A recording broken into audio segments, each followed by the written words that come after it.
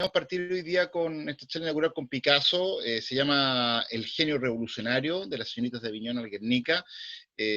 Sabemos que las señoritas de Aviñón no están en los museos europeos, sino que está en el Museo de Arte Moderno, ¿no es cierto?, en el MoMA, en Nueva York, pero el Guernica sí está, ¿no es cierto?, en el Santa Sofía, o sea, Reina Sofía, y vamos a hablar un poco de la obra de Picasso, ¿ah? Que de repente es conocido como ser el cubista, pero la charla mía quiere decir que más que un cubista, sino que el cubismo en Picasso fue un periodo, de hecho breve en Picasso, pero él se paseó por todos los estilos y por toda la vanguardia, y básicamente hablar un poco del aporte que significa él, que sintetiza, quizás el hombre que mejor sintetiza toda esa eclosión de artistas y de géneros y de estilos que hubo al comienzo del siglo XX. Así que vamos a dar origen, vamos a dar un poco esa charla.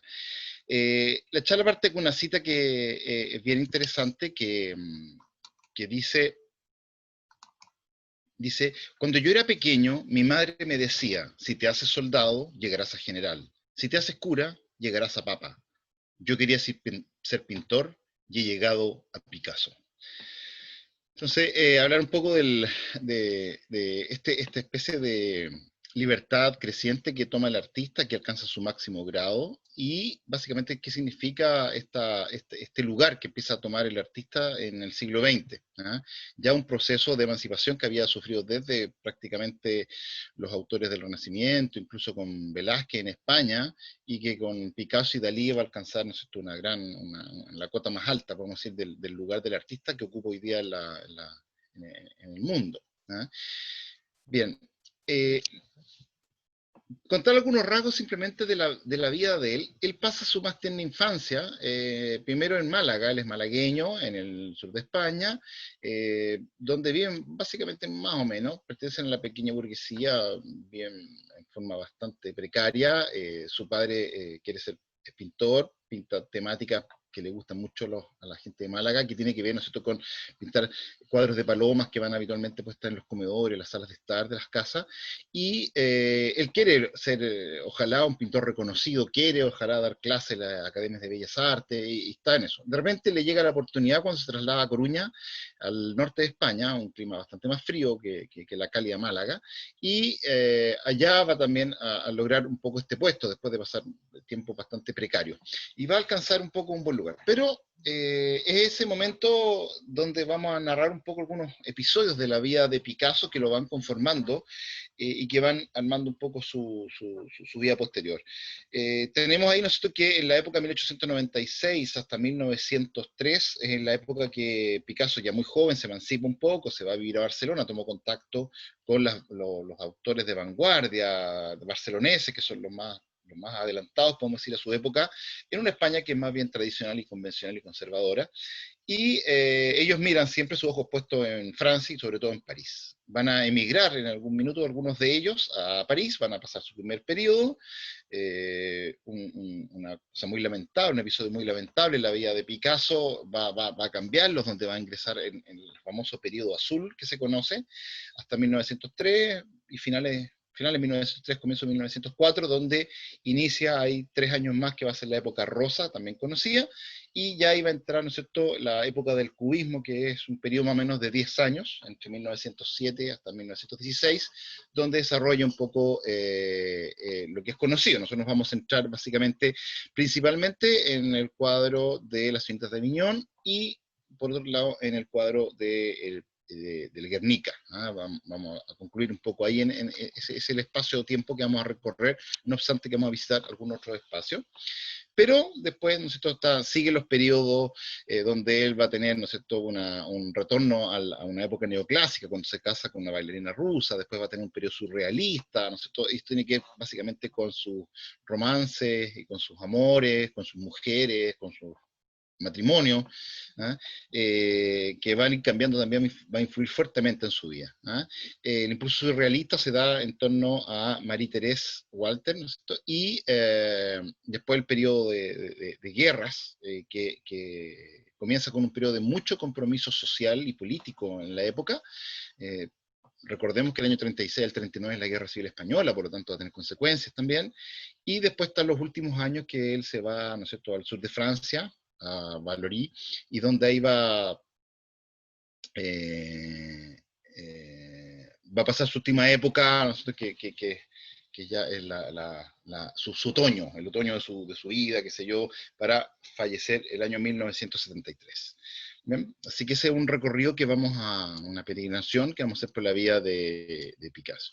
Bueno, un niño, esta es una fotografía de él de muy niño, con ojos muy vivaces, una persona eh, muy diferente, con una gran capacidad de observación, una capacidad de análisis, una gran capacidad para el dibujo, conectar, ¿no es cierto?, su mano con lo que ven sus ojos, y va a llamar la atención. Su madre descubre esto, la frase esta que le dice, se le dice pequeño, que si se proponía ser soldado iba a ser general y que si se propone ser cura va a ser papa. Bueno, él ha decidido ser pintor y va a llegar a ser Picasso, como decía la frase. Pero interesante un poco el rostro y la actitud, ¿no es cierto?, de este niño, que va a ser un genio, podemos decir, y que ya a edad muy temprana, muy pequeñito, ¿no es cierto?, eh, va a pintar este cuadro cerca de los 8 años, 7 años, va a pintar este cuadro donde aquí hay dos. Primero están arriba las palomas que él dibujaba, ¿no es cierto?, junto a su padre, que le gustaba dibujar palomas para estos cuadros, ¿no?, que se vendían, ¿no es cierto?, en la burguesía de Málaga, pero aquí también está en la arena, ¿no es cierto?, de las corridas de toros de Málaga, donde se ve, ¿no es cierto?, el dibujo que hace Picasso, ¿no es cierto?, tempranamente, Pablo Ruiz, pues en ese momento es Pablo Ruiz todavía, Pablo Ruiz a los 8 años, donde está esta corrida de toro, donde se ve que un toro embiste un personaje. Aquí lo que interesa de observar este cuadro y que tiene que ver con una actitud que él ha logrado definir y que ya va a ser característico en su estilo creativo, de poder diferenciar, fíjense lo que es el primer plano y el segundo plano. En general, cuando los niños dibujan no discriminan mucho los planos y todos lo hacen con la misma intensidad, con el mismo vigor o con la misma línea, pero fíjense que Picasso hace los toreros abajo con el toro, pero después hace algunos personajes, dos, tres personajes bien marcados, y el resto es como gente, que son líneas muy rápidas, muy vivaces, que para hacer un poco que hay mucha gente mirando un poco la corrida de toros. Eso es muy interesante, esa discriminación que hace de los planos en la pintura es muy interesante. Aquí tenemos una pintura que pinta a los 8 años y medio, que se llama El Pequeño Picador Amarillo, que es interesante, que estos son los tipos que ayudan, esos picadores son los que ayudan a comenzar cada justa de un torneo de tauromaquia. Está parado al lado de estas barreras, se me olvidó el nombre en este minuto, que hay en las corridas de toro para esconderse los toreros cuando el toro ataca, y burladores se llaman. Y aquí, ¿no es cierto?, está un personaje, claro, parecería que fuera un charro mexicano, pero es un picador, y interesante que el caballo, por ejemplo, fíjense, muy pequeñito la relación que hay entre el personaje que está montado sobre el caballo y el caballo, va a ser una cosa que él va a mantener en el tiempo. Y también se ve a tres personajes, se ven dos hombres mirando atentamente la justa, pero se ve una mujer que no está muy interesada aparentemente, mirando para el lado, qué sé yo. Parece que hay personajes que están borrados, incluso en el ojo del picador, como de uno de los personajes, hay hay una, hay como incisiones hechas como con un alfiler, con una punta de un cuchillo, con algo así, que parece, dicen que fuera su hermana chica que le clavó le hizo unos ojos clavándole un poco a la pintura. Esto está hecho, como dice ahí, en la tapa de una caja de puros. ¿Ah? Está pintado con óleo. Entonces, dado que su padre lo incentivó mucho, ya que él pintaba, básicamente viene de ahí un poco la forma en que él va a trabajar, y trabajando de a poquito, ir inmiscuyéndose, aprendiendo las técnicas de mezcla de color y todas esas cosas. Pero ya un cuadro temprano a los 8 años y medio. Después cuando él va a Coruña y lo nombran profesor de una academia de bellas artes de la ciudad, él lo lleva como alumno también a sus clases, y él tiene más o menos 5 o 6 años de promedio menos que sus compañeros, pero ya se empieza a validar rápidamente. ¿Ah? Pensemos que un niño de unos 15 años, 14 años, que va y dibuja y rápidamente se gana el respeto por el talento que él tiene. Entonces son cuadros que él, o dibujos más bien, que él hace en esa época de modelación de figura humana, ¿no es cierto?, copias de escultura y lo que sea, que la verdad que muestra el amplio dominio que él tiene del dibujo. ¿Mm? Son obras, como ustedes ven, todavía se nota en esa época la influencia del Beaux-Arts, de la Academia de Bellas Artes, y cómo está muy implicado un poco el dibujo y la copia de este tipo de modelo. muy decimonónico todo. Y aquí hay una serie, ¿no es cierto?, de dibujos que son tanto de su padre, de Picasso, y de su madre. ¿Ah? Una pequeña acuarela de su madre, y que es interesante porque se ve, ¿no es cierto?, la capacidad de transitar por distintas técnicas artísticas. ¿Eh? Es muy interesante, entonces cuando vemos un dibujo acá que ya es a nivel de caricaturas, por ejemplo, ya con dibujo, en este caso, con acuarela solamente en tonos azules, quizás presagiando esa etapa azul que va a tener después, o esta otra acuarela con tinta y pluma y lápiz grafito, cómo va combinando un poco los materiales. Entonces, el tema de la experimentación constante va a ser una característica muy, muy típica de Pablo Picasso. En ese momento Pablo Ruiz, como les decía. Bueno, como ustedes ven, más o menos a los 14, 15 años, hace un cuadro que ustedes ven ya el dominio absoluto que tiene en cuanto a la técnica. O sea, la capacidad técnica es muy valorable de Pablo Picasso.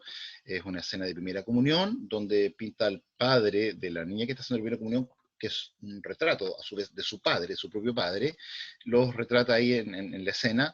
Fíjese por favor la capacidad de distinguir las texturas, por ejemplo el mantel, ¿ah? Y todo el ornamento litúrgico, la luz de las velas, la gasa o la seda o el tul del traje de la niña que hace la primera comunión, o la alfombra o el piso, ¿no es cierto?, de piedra. Ya hay y el manejo de la luz y sombra, entonces ya se nota básicamente un dominio absoluto siendo muy pequeñito, y eso nos debe llamar mucho la atención. Y este cuadro es el que lo hizo famoso en España en esa época. Pensemos que tiene 16 años, escasos. Hace un cuadro de gran formato, o sea, tiene prácticamente 2 metros de alto por 2 metros y medio de ancho. Y es un cuadro que se llama Ciencia y Caridad, donde también ocupa a su padre para el retrato de esta mujer enferma, donde por un lado está el doctor que representa la ciencia, y la caridad por otro lado, que es la monjita que le da un té y le cuida el niño a esta mujer que está enferma, o muy enferma, y donde sorprende mucho en general la crítica que hace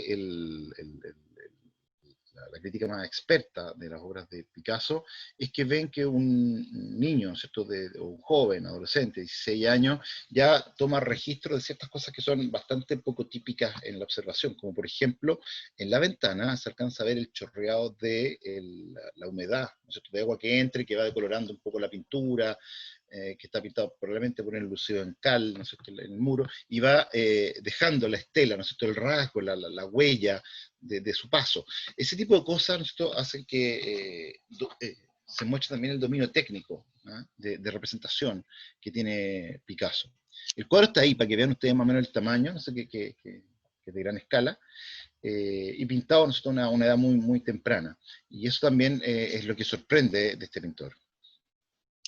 Bueno, ahí se ven croquis de él cuando joven, un autorretrato, para saber cómo era su apariencia, un tipo con un gran temperamento, muy fascinado, ¿no?, con los juegos de tauromaquia, todo lo que son estas cosas taurinas propias, ¿no?, de la España, del sur de España, las tiene y él se ve a sí mismo como una especie de toro, ¿ah?, con toda la fuerza que significa el toro y todo el simbolismo que tiene un poco el toro en esa concepción.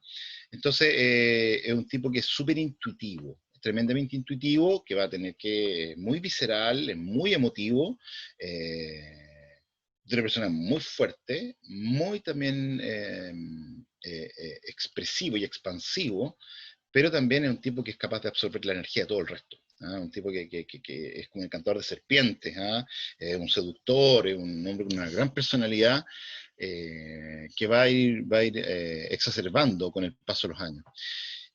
Su gran camino a abrirle un poco la cabeza, su mente, la apertura de mente, tiene que ver cuando él va a este barcito que se ve ahí con arcos góticos en ladrillo, que es el bar de los Cuatro Gatos, Catacat, que es donde se junta la bohemia y los artistas, podemos decir, barceloneses de avanzada, que son los que quieren básicamente emigrar a Francia, triunfar allá, porque saben que allá está pasando un poco, es el centro del mundo artístico en ese momento, como hoy día los Nueva York, por ejemplo, en esta segunda mitad del siglo XX y ahora en adelante.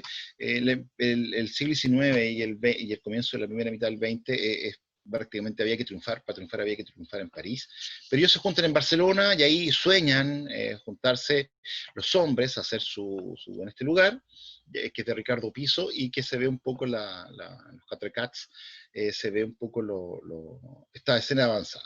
Picasso está representado en ese lugar, y ahí el grupo donde discuten, ¿no es cierto? Tiene varios de sus amigos, están ahí, y básicamente ellos ven las posibilidades de triunfar y saben la referencia. Ahí recién Picasso entiende, de alguna manera, que lo que está haciendo él, que es un arte decimonónico, que es un arte ligado, ¿no es cierto?, a la tradición realista y ese tipo de cosas, es un arte que está básicamente en decadencia, que es un lastre de la tradición, y que lo que está pasando en Europa, sobre todo en Francia, es otra cosa. Entonces, ellos lo introducen, podemos decir, en la escena de avanzada, y ahí va a tener básicamente el anhelo de poder viajar en algún minuto, juntar un poco de plata y poder viajar hacia la ciudad de París.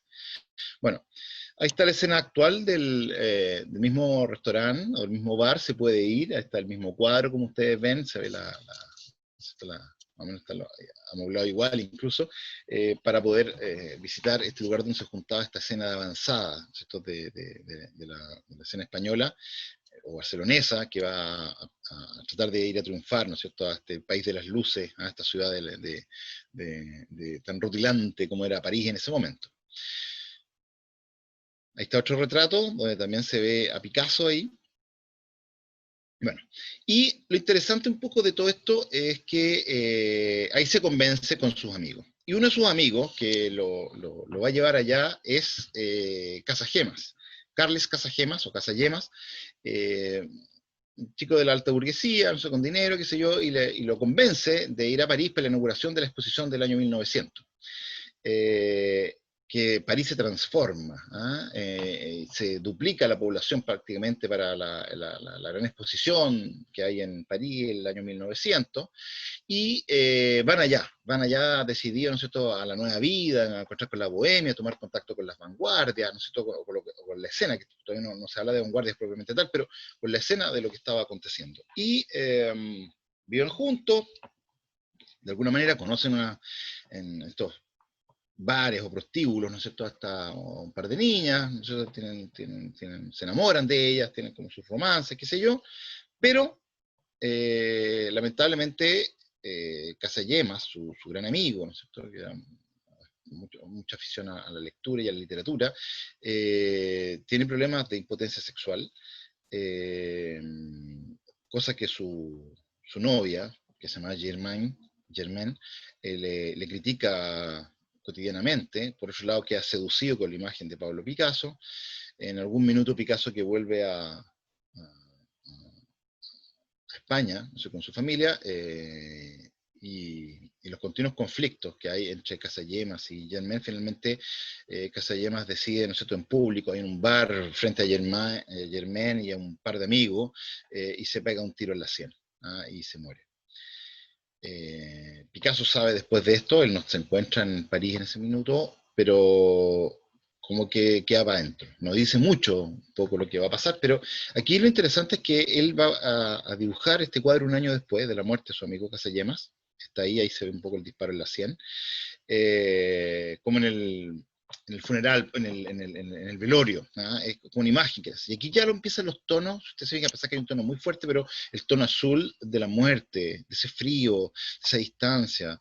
Él vuelve a París, como que incluso una vez que ha muerto Casagemas, se une de alguna manera, tiene una relación con Germaine, con la exnovia, y vive en la misma casa donde había vivido con su amigo, y ahí como que entra en crisis. En ese momento lo hace entrar en crisis y se aleja de Germaine, esta prostituta, y empieza un proceso interior donde él había conseguido una serie de pinturas bastante tradicionales, con eso había logrado comillas, un buen nivel de vida, o sea, no buen nivel de vida, pero suficiente para un joven, digamos, en ese minuto que está empezando, y llega a su periodo, digamos, azul. Y el periodo azul va a ser un periodo, podemos decir, de profunda introspección, de profunda revisión, de profunda crisis, de angustia y de culpa.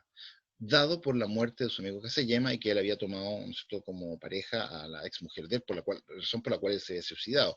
Y entrar en esos procesos interiores va a ser muy profundo. Hay muchos cuadros de Casayema, al menos 3 o 4, que narran un poco esto. Y el periodo azul es clave un poco en esta pintura, donde empieza ese periodo. Este periodo es el más pobre que tuvo Picasso, dado que no vendió ningún cuadro, nadie le compraba nada. Los amigos le decían, pero ¿por qué pintaba esta pintura? Prácticamente en monocromas, en color azul, que no eran del gusto de la gente, qué sé yo, pero él está imbuido de una especie de depresión probablemente, o de tristeza muy profunda, muy amarga, eh, viendo cómo se había muerto su amigo y todos los sueños frustrados, ¿ah? Que ellos tenían de un futuro prometedor, y la presencia de la tragedia comienza a inundar sus pensamientos, sus convicciones, sus sueños, sus anhelos, y se empiezan a transformar prácticamente en pesadillas. Y este es el periodo azul que ustedes conocen, que hace muchos retratos de la gente que él va conociendo, le va pintando cuadros, pero la verdad es que el tema de Casayema es un tema que es muy importante. Estos cuadros, es importante decir que algunos de estos cuadros de donde sale Casayemas muertos con la pistola en la cabeza, o sea, con el balazo en la cabeza, él lo estuvo oculto durante 50 años. Como que no habló, hizo un proceso interno. Esto es muy interesante. Y de hecho aquí, fíjense este cuadro que es muy importante, porque aquí también nos revela una actitud entre lo que es vanguardia y modernidad, ¿no es cierto?, de la pintura de Picasso, en que está el entierro de Casayemas, y que nos recuerda un cuadro que ustedes conocen. ¿Ah? No sé si ya lo detectaron, qué cuadro es parecido, pero el cuadro, ¿no es cierto?, del entierro del conde de Orgaz.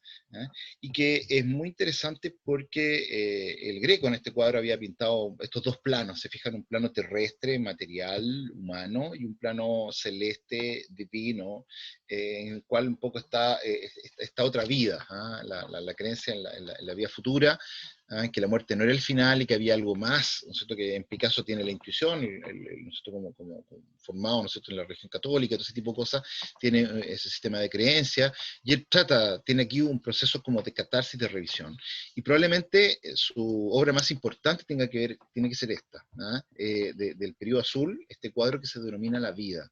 Y aquí nuevamente vemos a Casayemas, a Carles Casayema, que está con Germaine, fíjense, en una realidad transfigurada, porque se ven abrazados los dos, y también miran en una especie de proyección, miran al hijo que podrían haber tenido. O sea, esto está en una especie de hipotético, de futuro, de tratar de reconciliar, por un lado, la enorme culpa o sentido de culpabilidad que tiene Picasso, que se añade, podemos decir, por otro lado, el sentimiento y la necesidad de perdón y poder de redención finalmente de Picasso para salir adelante de esto.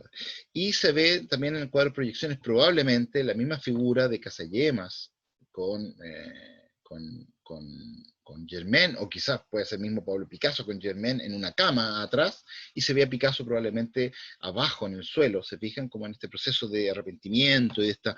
Entonces es muy onírico, podríamos decir, y muy místico, y podríamos decir que muy alegórico y con un carácter fuertemente moral, porque tiene que ver con la posibilidad, ¿no es cierto?, de redención y de arrepentimiento de Picasso en el papel que él pudo haber jugado en la desgraciada suerte que corrió su amigo Casayemas. Entonces, es muy importante. Con esta obra, y es importante, podemos decir que en abril de 1904, este cuadro está pintado en Barcelona, no es un cuadro pintado en Francia, en París. Él vuelve a París y dispuesto a reiniciar su vida. ¿Ah? Y ahí viene el periodo, este largo periodo, o sea, no sé si largo, pero de 3 años, 4 años, que es el periodo famoso, periodo rosa, de 1904-1907, en el cual él vuelve una pintura que va a ser muy famosa, esta pintura, van a pagar bien en ese sentido, porque él logra cierta fama, cierto reconocimiento. Es una época donde ya se hace conocer y se le ve como una especie de contrincante de Henri Matisse, que era un pintor francés de la Picardía, del norte de Francia, que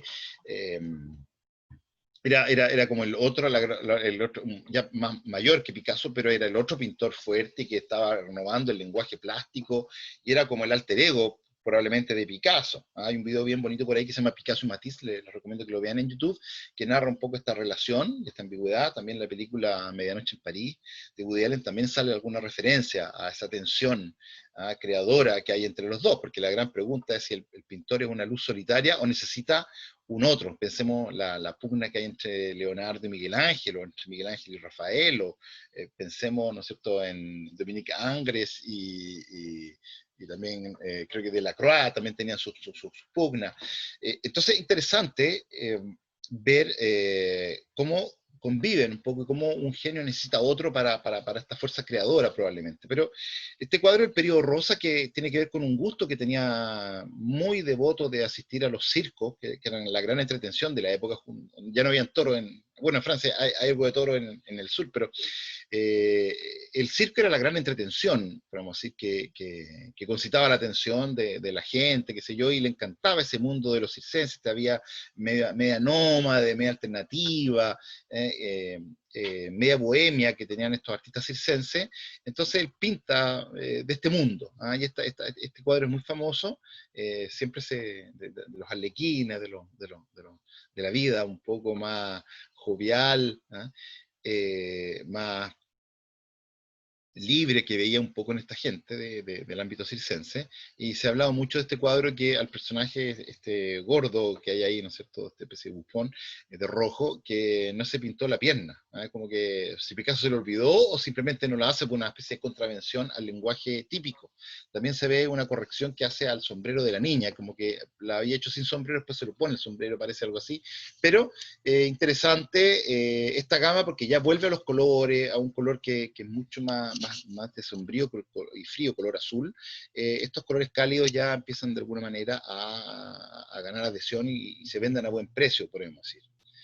Bueno, vamos a entrar a analizar un poco la obra de Picasso. Picasso tenía esta especie de duda, y con su especie de alter ego, que era Henri Matisse, en el cual él quería dar un golpe definitivo a lo que era el arte, la innovación que hacía Henri Matisse, que entre otras cosas él decía, por ejemplo, que el dibujo era una especie de pintura en grado mínimo. Era como un minimalismo de la pintura, que se reducía al soporte, el papel blanco o el lienzo, lo que sea, y un solo color, ¿no es cierto?, que hace línea y que con eso debe delimitar los volúmenes y ese tipo de cosas. Ese tipo de cuestiones era muy relevante, y que de alguna manera él quería avanzar un grado más, o sea, avanzar en este lenguaje que se está llevando a los límites, a lo que se denomina la ampliación de las fronteras del arte. Y lo que quiero hacer acá, en esta lámina, es una especie de síntesis de las fuerzas que intervienen para la formación de Picasso. Hay muchas más, obviamente, pero tomado un poco, porque el gran acto, podemos decir, de la innovación de Picasso no está en el periodo azul, el periodo rojo, o el periodo rosa, perdón, a pesar de ser muy interesante, sino que está básicamente en la puerta que él abre con el cubismo, y por eso es conocido Picasso. Pero entonces aquí quiero no solamente restringirme al cubismo, sino que quiero también hablar de las fuerzas que intervienen para que van a entrar una especie de crisol con Picasso, y que va a sintetizar él, y esta es mi postura un poco en esta charla, de que él reúne la condición de todos, podríamos decir, los elementos que definen lo que se llaman las vanguardias, famosas vanguardias, ¿no es cierto?, del siglo XX, comienzo del siglo XX. Entonces, ve los elementos que van a estar presentes en alguno u otro modo en esto. Entonces, primero, señalar que hay tres fuerzas que son para mí relevantes, que por un lado está la experiencia de la primera vanguardia prácticamente, junto con el expresionismo alemán, que era los fauvistas. El fauvismo quiere decir fieras, ¿no es cierto?, que eran por este uso violento del color sobre la tela, esta disociación que tenían de la tela sobre la correspondencia que había del color con el objeto representado. O sea, aquí se podía pintar un tronco que convencionalmente la pintura era café, y en algunos tonos de esa gama,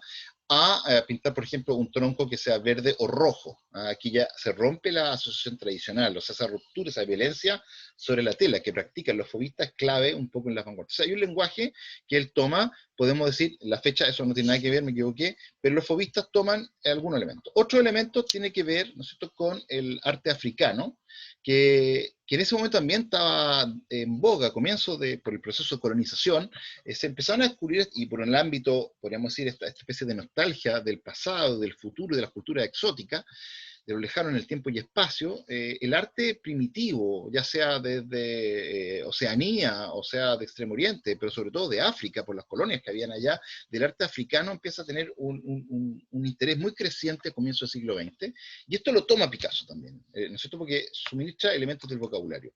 Y por otro lado, también está descubrimientos científicos que van a participar, que también pensemos que en esta época, nosotros desde la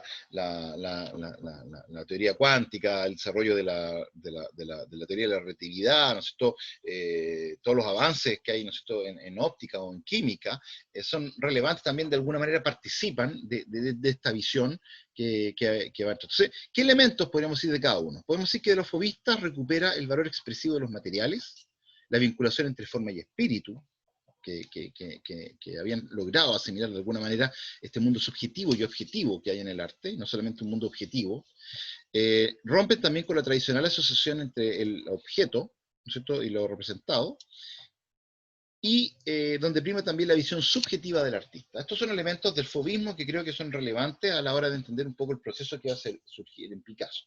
En segundo lugar, en el arte africano también participan la llegada de estas tallas africanas que empiezan a llegar por el comercio, por las colonias africanas, y también estudiando desde la escultura en madera hasta los escudos de los guerreros, ¿no es cierto?, africanos, de los Masái, del Masái Mara o de quien sea, grandes planos facetados, muy típicos de la escultura africana, y los volúmenes rotundos y enérgicos, muy claros, muy contundentes también en su configuración, ¿no es cierto?, por ser muy sintéticos. Entonces, esos elementos llaman la atención, y que podemos decir que van a entrar a la juguera de Picasso, que los va a absorber. Y por otro lado, los descubrimientos científicos, que aquí le otorga a Picasso, que es un hombre muy intuitivo, le otorga una especie de carencia que él tenía, porque él era muy visceral en ese sentido, y le da cierto orden, ¿no es cierto?, cierta organización de ideas, y de tratar de plasmar esto ya a nivel de una especie de pintura que sea una especie de pintura manifiesto, ¿no? Les da, podemos decir, coherencia interna y credibilidad, sobre todo cuando él opera con la segunda fase del cubismo analítico, un orden y análisis minucioso, y la teoría de la relatividad de Einstein, que va a cuestionar, podemos decir, los conceptos tradicionales que se tienen de tiempo y espacio, se rompe con eso. Entonces, hay otra manera de mirar el mundo que también va a influenciar de algún modo a la sociedad. Entonces, podemos decir que todo esto entra en esta gran juguera, que podríamos decir que es el crisol, que sintetiza todas estas fuerzas que va a ser Pablo Picasso, y que yo logré resumir como en 6 ideas fuerzas su obra, para entenderlo. Por un lado tenemos que él hace una investigación y experimentación constante a través de la obra de arte. Él entiende la obra de arte como una fuente de experimentación, desde los materiales, desde las texturas, desde romper los límites tradicionales entre pintura y escultura, y así sucesivamente. O sea, va a estar plenamente investigando, y por eso también él transita en los diferentes periodos de la vida, como les enseñé delante, entre distintos estilos. En segundo lugar, también del cubismo en la fragmentación geométrica del espacio. El entender nosotros la visión de distintos planos, porque incorpora de alguna manera desde la ciencia el concepto de tiempo. Vamos a explicarlo después eso, pero a las 3 formas tradicionales, de las 3 dimensiones del espacio, ancho, alto y profundidad, él va a integrar la 4ª dimensión, que es el tiempo. No es solamente un tema de él, los futuristas por otro lado van a investigar de otra manera y con otro fin, también la consecuencia de incorporar la 4ª dimensión del tiempo, pero estos son elementos que van a estar presentes de alguno u otro modo en la obra de Picasso. En tercer lugar, la configuración de las figuras, en planos interrelacionados, que también es una visión propiamente de pensemos que el cubismo podría también entenderse como una especie de recorrido que hace el sujeto en torno a un objeto, que está en una posición fija, podemos decir, pero el sujeto recorre y en diversos momentos va registrando ese tránsito. Y eso va generando este encuentro de estos planos, esta distorsión, este choque, este movimiento, estos planos que se van interrelacionando de una manera completamente nueva. En cuarto lugar, también, y esto es propio de las vanguardias, es el cuestionamiento de la tradición y de las convenciones estéticas. Esto ya ha iniciado con los fobistas, obviamente, pero que van a seguir, que es una característica general de las vanguardias, pero que Picasso la va a tener muy presente. Entonces, por eso la figura de la libertad del artista y del lugar del artista va a ser clave. En cuarto lugar, también, y esto lo podemos ver mucho en Guernica probablemente, es el arte como denuncia y crítica social o política. El arte comenzó a tener, esto ya se había descubierto desde prácticamente la época del barroco, el arte como vehículo de control ideológico y de propaganda, para promocionar ciertas ideas, pero aquí la idea de ir contra el poder, por ejemplo, como denuncia o crítica social, entonces ese discurso propio de las vanguardias va a tener también un lugar muy importante en la obra de Picasso, sobre todo en la última parte, o en la parte, podemos decir, central, del periodo desde la Guerra Civil Española hasta la Guerra de Corea, va a tener un rol importante. Y por otro lado, el arte como fuente de novedad, experimentación, originalidad y polémica.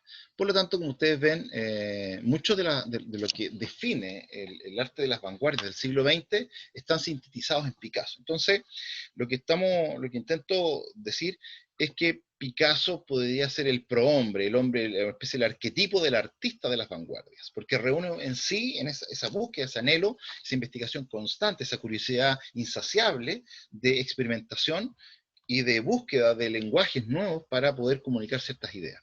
Y en ese sentido Picasso es una figura que es clave para entender el rol del arte en el siglo XX y las consecuencias que va a tener después en el arte posguerra y todo lo que sigue después.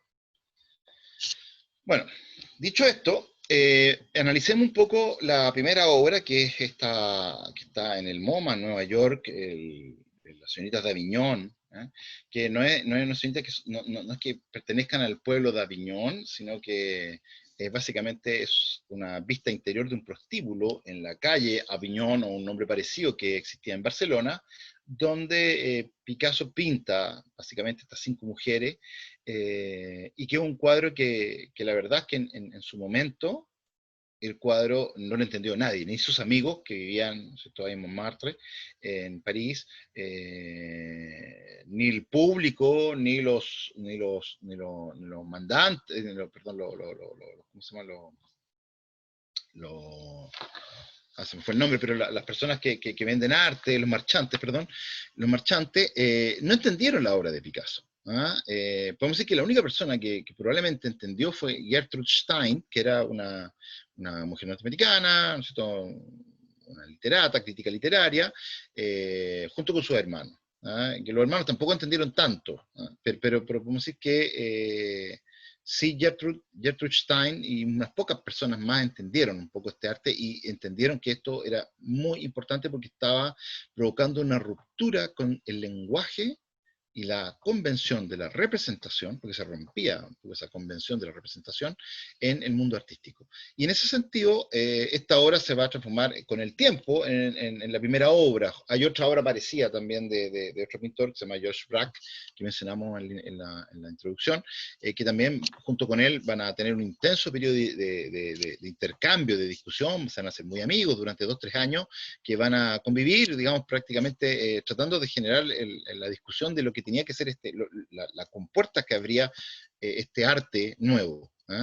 Entonces, es muy emblemático saber que las cintas de Aviñón, podríamos decir que se considera como la piedra angular, fundacional, del arte del siglo XX, del nuevo lenguaje que ya venía como con algunos precursores, como se llaman con los fauvistas o los expresionistas, pero aquí empieza ya, estamos en un punto, digamos, que cambia el arte. Como decíamos, se elimina toda esta alegoría, toda esta sublimidad que tenía el arte de la tradición decimonónica, para entrar, ¿no es cierto?, en elementos que hoy día tenemos que entender también, cómo empieza la categoría de lo feo, ¿no es cierto?, en el arte. No estoy diciendo que esto sea feo, sino que estoy hablando, ¿no es cierto?, de que la fealdad como una categoría estética que se valida en el discurso artístico en el siglo XX. Ya había alguna introducción, ¿no es cierto?, en estos mundos de pesadillas que se veían en algún minuto, pero aquí podríamos decir que entra algo importante. Entonces vamos a analizar paso a paso la señorita de Aviñón para poder, cuál es lo que incorpora, lo nuevo que incorpora. En general, si nosotros vemos el cuadro, tenemos que ver que hay prácticamente 2 niñas que parecen como más normales, que estarían situadas en el centro, que a lo mejor no diferenciaría mucho de la obra de, por ejemplo, de Henri Matisse, Hay una niña de perfil que ya un poco más, no sé, que hay una alusión como a las máscaras africanas, ¿no es cierto? Y acá ya esta niña, ya que hay una ruptura un poco más radical, ¿no es cierto?, del cuadro. Algunos han visto que esta es una especie de relectura de la escena central del cuadro de las Meninas, cuadro tan famoso del pintor Diego Velázquez, que está en Madrid, en el Museo del Prado, y que probablemente eh, Picasso habría citado de alguna manera, siendo lo que pasa acá abajo sería el mastín famoso que estaría, este que está acá sería Nicolásito, que es como el enanito que le pega una pata al perro, ahí sería Mari Bárbola, que sería la monjita, o sea, la enana que está, una enana alemana que está detrás, y aquí estaría la infanta Margarita con las dos meninas, ¿no es cierto? Las dos meninas, ¿no es cierto? Agustín del Sarmiento y Isabel. Entonces estarían aquí un poco, estas dos meninas portuguesas que acompañan a la corte de la infanta Margarita. Pero más allá de eso, exploremos un poco cuál es lo innovador y cuáles son los elementos, algunos elementos, tips, podríamos decir, que provocan que aquí se genere un nuevo lenguaje en el mundo del arte. ¿Por qué es importante finalmente la obra de las señoritas de Aviñón? Primero, esta ligación que hay, que todavía no es tan decisiva, en el sentido de que el arte cubista nunca va a romper con la representación, es decir, nunca va a romper con el referente. ¿Qué quiero decir con esto? El arte figurativo nunca va a, perdón, el arte, la ciencia de Miñón nunca va a romper, podemos decir, con el arte figurativo en el sentido de que siempre vamos a reconocer que aquí hay frutas, uvas, peras, manzanas, o sea, lo que es la naturaleza muerta, es un trozo de sandía aparentemente, ¿no? Sobre una mesa, y que hay 5 mujeres. En ese sentido, eso todavía nunca va a desembocar, podemos decir, la abstracción, como si iba a desembocar otras vanguardias, como podríamos llamar la vanguardia de, por ejemplo, el de Stel o Stiegel, ¿no es cierto? El neoclasicismo holandés, o qué sé yo, la obra de Kandinsky, que se iba a desembocar en la abstracción geométrica o el constructivismo ruso, por ejemplo, o el suprematismo ruso. Bueno, acá dice el recuerdo del arte figurativo. El cubismo nunca desembocó en la abstracción, el objeto más o menos figurativo siempre permaneció. En este rostro se aprecia a la escasa distancia con obras anteriores de Picasso, aunque ya hay, podemos decir, un principio de deformación. O sea, en ese sentido, algo nos liga con el periodo rosa de Picasso, con ese tipo de obra, pero de alguna manera ya hay un principio de deformación incipiente en esta obra. En segundo lugar, podemos decir la actualización o la renovación de los géneros de la pintura. En primer plano, el bodegón que le hablaba adelante recupera, al menos en apariencia, el género de las naturalezas muertas, pero no se busca engañar al espectador mediante los recursos de la pintura anterior, como el claroscuro o el volumen. En ese sentido, si ustedes se fijan, es una pintura que es bastante más simple, que no intenta generar lo que se denomina mímesis en arte. Es decir, que el arte casi que suplante a la realidad y que uno incluso que le vea de tanto mirar esta naturaleza muerta, le dé hambre y quiera ir a comer una sandía o un racimo de uva. Eso es lo que intentaba un poco la pintura anterior. Él no busca eso. En ese sentido, no busca, podemos decir, la ilusión o el engaño, sino que simplemente decir y manifestar que ahí está eso. Por otro lado, fíjense en el detalle del pie de la niña que está de perfil, en el extremo izquierdo, si ustedes se ven las correcciones que aparentemente hace, o la idea ya de plantear derechamente la deformación de la realidad. En el exagerado tamaño de las manos y de los pies, Picasso elige como recurso del cubismo la captura de las proporciones, claramente influido por movimientos como el expresionismo alemán. Entonces él toma elementos de las vanguardias que se están desarrollando en el resto de Europa y va sintetizando. Ese poder de recibir y esa capacidad de observación que les decía muy precozmente con estos ojos vivaces de este chico, que lograba ir a las tauromaquias y hacer este caballo pequeño en el pequeño piquero blanco de amarillo, aquí eso mantiene un poco esa actitud, ¿no? Se toca la deformación de las proporciones y ese tipo de cosas que les decía que era muy constante en la obra de Picasso. Por otro lado, la influencia de lo primitivo. Las tallas africanas que hablamos delante inspiran este rostro por sus planos cortantes, como les decía, la deformidad del rostro y las líneas paralelas. Recuerdo de las marcas que tenía la madera, que básicamente pueden ser desde las vetas o los tallados para ir dándole forma a la madera, que sé yo, que quedan como registro ahí. Entonces, esta influencia de las máscaras africanas también es muy relevante. Y también quizás el más cubista de todos los rostros que están presentes en este cuadro, que es la ruptura del retrato tradicional. La apuesta del cubismo por ofrecer la verdadera realidad de los objetos, en todos los puntos de vista posibles, se aprecia en este rostro, al mismo tiempo de perfil y de frente. Picasso emplearía este hallazgo en las décadas posteriores, ¿ya? O sea, este elemento va a quedar constante y uno tiende a llamar cubista toda la obra de Picasso por este hecho. Pero lo interesante es que ver este elemento que de alguna manera refleja esta idea de simultaneidad en algo que obviamente es sucesivo, como es el recorrido en el tiempo. Él lo hace simultáneo y presenta dos miradas, dos formas de ver al mismo tiempo, en un mismo plano, en una secuencia, en una representación simultánea. Sería lo innovador en el arte. Bueno, aquí tenemos, a partir de la influencia de las tallas africanas y de los estudios que va haciendo Picasso, algunos han visto, ¿no es cierto?, que aquí están los referentes, las influencias que él recibe, en un poco de esta herencia africana de la obra. ¿Ah? Entonces, en los rostros hoy podemos ver que sí hay una gran influencia, podemos decir, de los modelos, tanto que él trabaja en la escultura como en la pintura, inspirado un poco en las tallas africanas que llegan, ¿no es cierto? Entonces, para diferenciar un poco y hacer una pequeña historia de la pintura, una mini historia de la pintura, yo creo que hay tres momentos que son importantes en la representación, en la historia de la representación.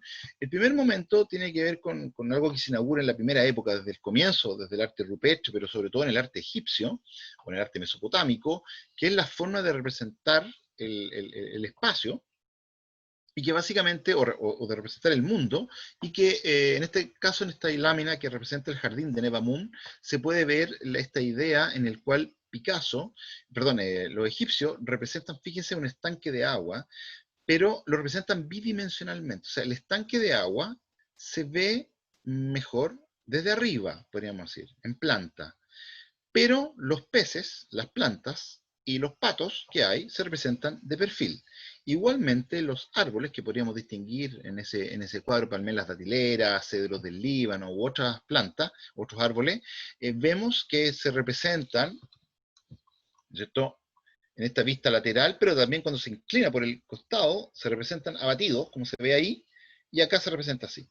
Esta forma de representación bidimensional es propio de la primera época, y que esto va a abarcar básicamente hasta más o menos el siglo XV. ¿Ya? Es en el siglo XV cuando se pasa a una segunda forma de representación que se agrega lo que es la tercera dimensión. Aquí tenemos un cuadro de Pietro Perugino, maestro Rafaelo, donde se ve un poco este espacio, pero esto está constituido, ¿no es cierto?, por toda una reglamentación de las leyes de la perspectiva. Perspectiva significa mirar a través de, y lo que hace este cuadro es incorporar la tercera dimensión, que es la profundidad. Entonces, cuando tenemos la incorporación de la profundidad, se destaca una línea de horizonte, un eje de simetría, un punto de fuga, en el cual confluyen todas las líneas y dan la impresión, podríamos decir, o la ilusión de que en un espacio o en un plano, que es bidimensional, que es la tela, representar un espacio pictórico que es tridimensional. Es una ilusión, ¿no es cierto?, que se hace con unas ciertas leyes matemáticas, que sí. Entonces, aquí, con los renacentistas, podemos decir que incorporan la ley de la tercera dimensión con la ley de la perspectiva. Entonces, esto va a ser una forma, como ustedes ven donde está el diferencial al primer plano, qué sé yo, con lo que está pasando atrás y todo. Y, por otro lado, podríamos decir que los renacentistas, y al introducir esto, generan un tipo de espacio que se asemeja a como nosotros vemos. Pero esta visión tenía un problema todavía, que la verdad es que nosotros, es como lo miraría una persona que fuera, podríamos decir, tuerta de un ojo, y podríamos decir que tú fueras sin un pie, y que estuviera en una posición fija y mirando con un solo ojo, con el ojo tapado, podemos decir, y una posición fija, mirar así, una visión monocular, porque la visión de nosotros es es binocular, y por lo tanto no coincide exactamente con la visión de cómo representan los artistas. Es cuando miramos con la cámara fotográfica, como mira la cámara fotográfica, pero no necesariamente como miramos nosotros. Además, nosotros nos movemos, porque no somos entes estáticos, somos esencialmente dinámicos en el espacio.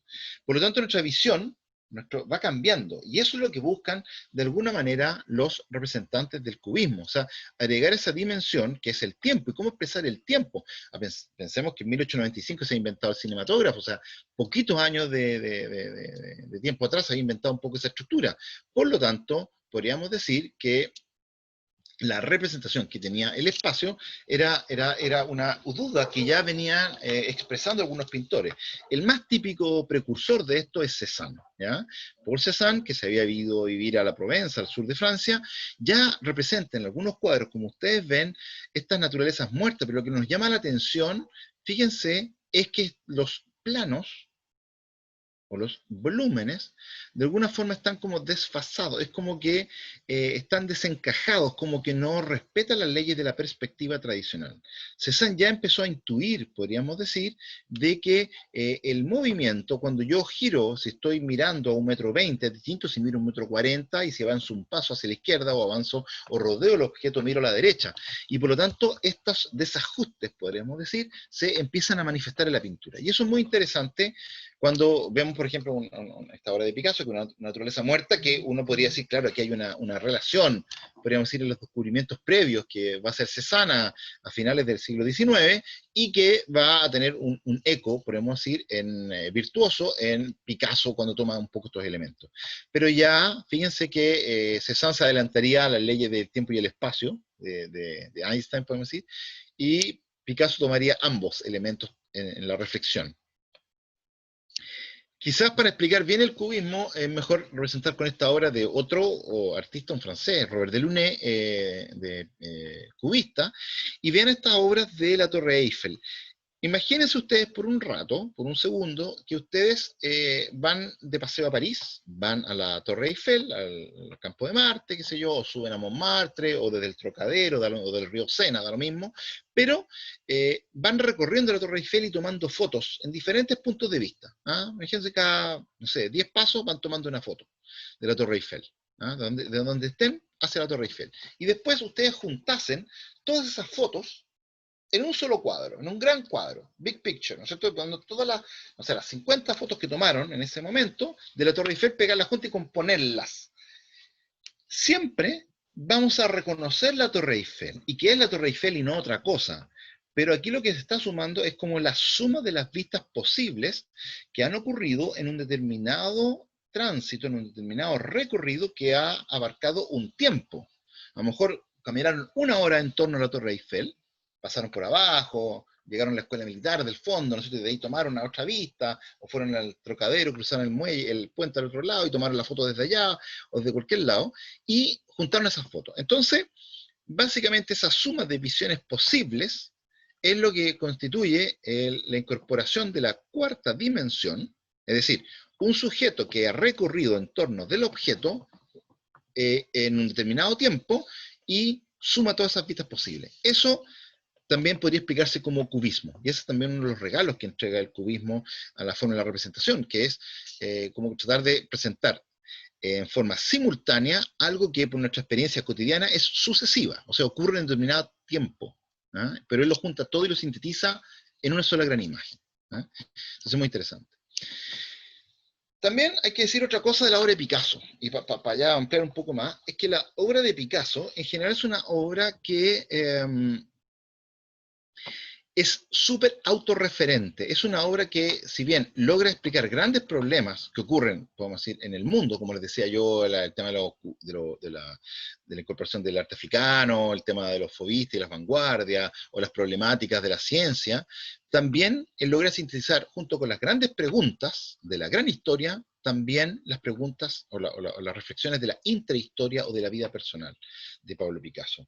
Pablo Picasso, la obra de Pablo Picasso es la obra de Picasso, es la vida de Picasso con todas sus problemáticas, con sus angustias, con sus aflicciones, con sus desafíos, con sus sueños, con sus aspiraciones, con sus recuerdos y con sus culpas.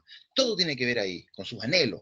Entonces, es una obra que es muy personal. Ahí están algunas de las mujeres que él amó. Están las principales. Jacqueline Rock es la última, la menos querida, ¿no es cierto?, de las artistas, o sea, de las musas, como decir, de Picasso, porque no le dejaba ver a los amigos en el último periodo. Está en orden primero Fernando Olivier, Olga Koklova, que es una bailarina rusa, después está María Teresa Walter, que es una niña de 17 años, cuando él tiene como 40 y tanto, se enamora perdidamente. Después está la fotógrafa Dora Maar, que es muy importante, probablemente considera la más inteligente de las musas, ella también es artista, escultora y fotógrafa, Dora Maar. Y está François Gillot. François Gillot se jacta, así como Dora Maar se jacta de que era la que más respetaban los amigos de Picasso, en ese sentido, porque era muy inteligente. François Gillot se jacta también de que es que, la única que dejó a Picasso. ¿Ah? Picasso dejó a todas las demás, pero a esta él la dejó. ¿Ah? Por lo menos hasta el momento, hasta que estaba ya en escena. Entonces, en ese sentido, cada una fuerte personalidad, pero hay que pensar también que su relación con ella, sobre todo con Marie-Thérèse Walter, por ejemplo, es una relación él se ve como una especie de bestia, ¿no es cierto?, que se abalanza sobre su presa, como un cervatillo que está pastando, y esta fiera, el león, que está escondido agazapado y se lanza sobre a un minotauro, que se abalanza sobre una niña indefensa. Todas esas pulsiones, que para estudiarlo, ¿no es cierto?, desde los complejos freudianos, es muy interesante, la personalidad de Picasso es muy interesante, hay que estudiar también a través de sus mujeres, y a través nosotros de enclave de personal. Todo esto es clave muy personal de Picasso. El cuadro es Picasso, el Guernica es Picasso. ¿Eh? Yo pinto igual que otros, exhiben su autobiografía. Mis telas, terminadas o no, son las páginas de mi diario, y como tales son válidas. El futuro elegirá las páginas que prefiera. No me toca a mí elegir. Eso también es la libertad que él da a la interpretación. O sea, él dice, bueno, ¿qué es lo que es el Guernica? ¿Ah? Bueno, cuando tú ves un toro, eso es justamente un toro. Y un caballo es un caballo. Tú puedes interpretarlo como quieras. Ese tipo de interpretación, básicamente con Picasso empieza esa interpretación que hay en el tema del arte, esa libertad absoluta del sujeto interpretante, ¿no? Y en la tercera parte, junto a la obra y al artista, está también el observador. Bueno, es importante, por eso quiero explicar un poco Marie-Thérèse, simplemente esta niñita rubia, ¿no es cierto?, jovencita, 17 años, que queda absolutamente obnubilado con ella. ¿Ah? Olga Koklova en algún minuto va a tener una hija con Marie-Thérèse, van a tener que vivir todos juntos ahí, ¿no es cierto?, una relación bastante tóxica. Olga Koklova es una bailarina rusa muy famosa, pero que había dejado el ballet por conocer a Picasso. Ahí fue el periodo, como ustedes ven en la obra, se nota que es más de un arte más neoclásico, podríamos decir. Bueno, se ven los periodos de la obra de él. Pero fíjense, por favor, esta idea, como él se imagina en sueños, ¿ah? Como este toro gigante, ¿no es cierto?, que toma por la fuerza a esta mujer y la somete a sus pasiones. ¿Ah? Es como la lascivia, como todo ese mundo, muy potente, muy autobiográfico, muy autorreferente a la pintura. ¿Ah? Y el toro nuevamente, como él también se identifica con esa figura tan propia de la cultura española. ¿Ah? Fíjense todos estos cuadros, ¿ah? Con las pulsiones que habría que ver ahí, ¿no es cierto?, de este toro como un animal evidentemente masculino, muy sexual, ¿ah? Muy dominante, que se abalanza, ¿ah?, sobre la mujer. El tema de los toros va a ser muy recurrente y quiero un poco ver en los procesos cómo trabaja Picasso.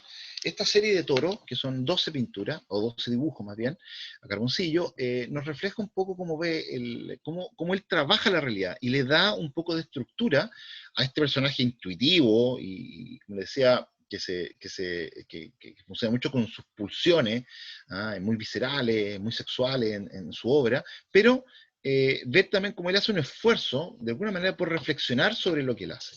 Entonces, este cuadro, esta serie de dibujos es muy interesante para ver cómo la obra se va de a poquito, fíjense, llegando a la síntesis, desde un momento, primero, represento la realidad más o menos como es, o sea, más o menos como la veo, tratar de hacer un ejercicio de ligar lo que veo a cómo represento eso que veo, que es podríamos decir, la reproducción, de alguna manera, para después entrar a una segunda fase, que es la caricaturización, o sea, exagerar ciertos rasgos que identifiquen al objeto representado en cuestión, pero exaltando ciertos rasgos que son importantes y relevantes, que lo hacen al toro percibirlo como tal y que no es una vaca, por ejemplo, o un caballo.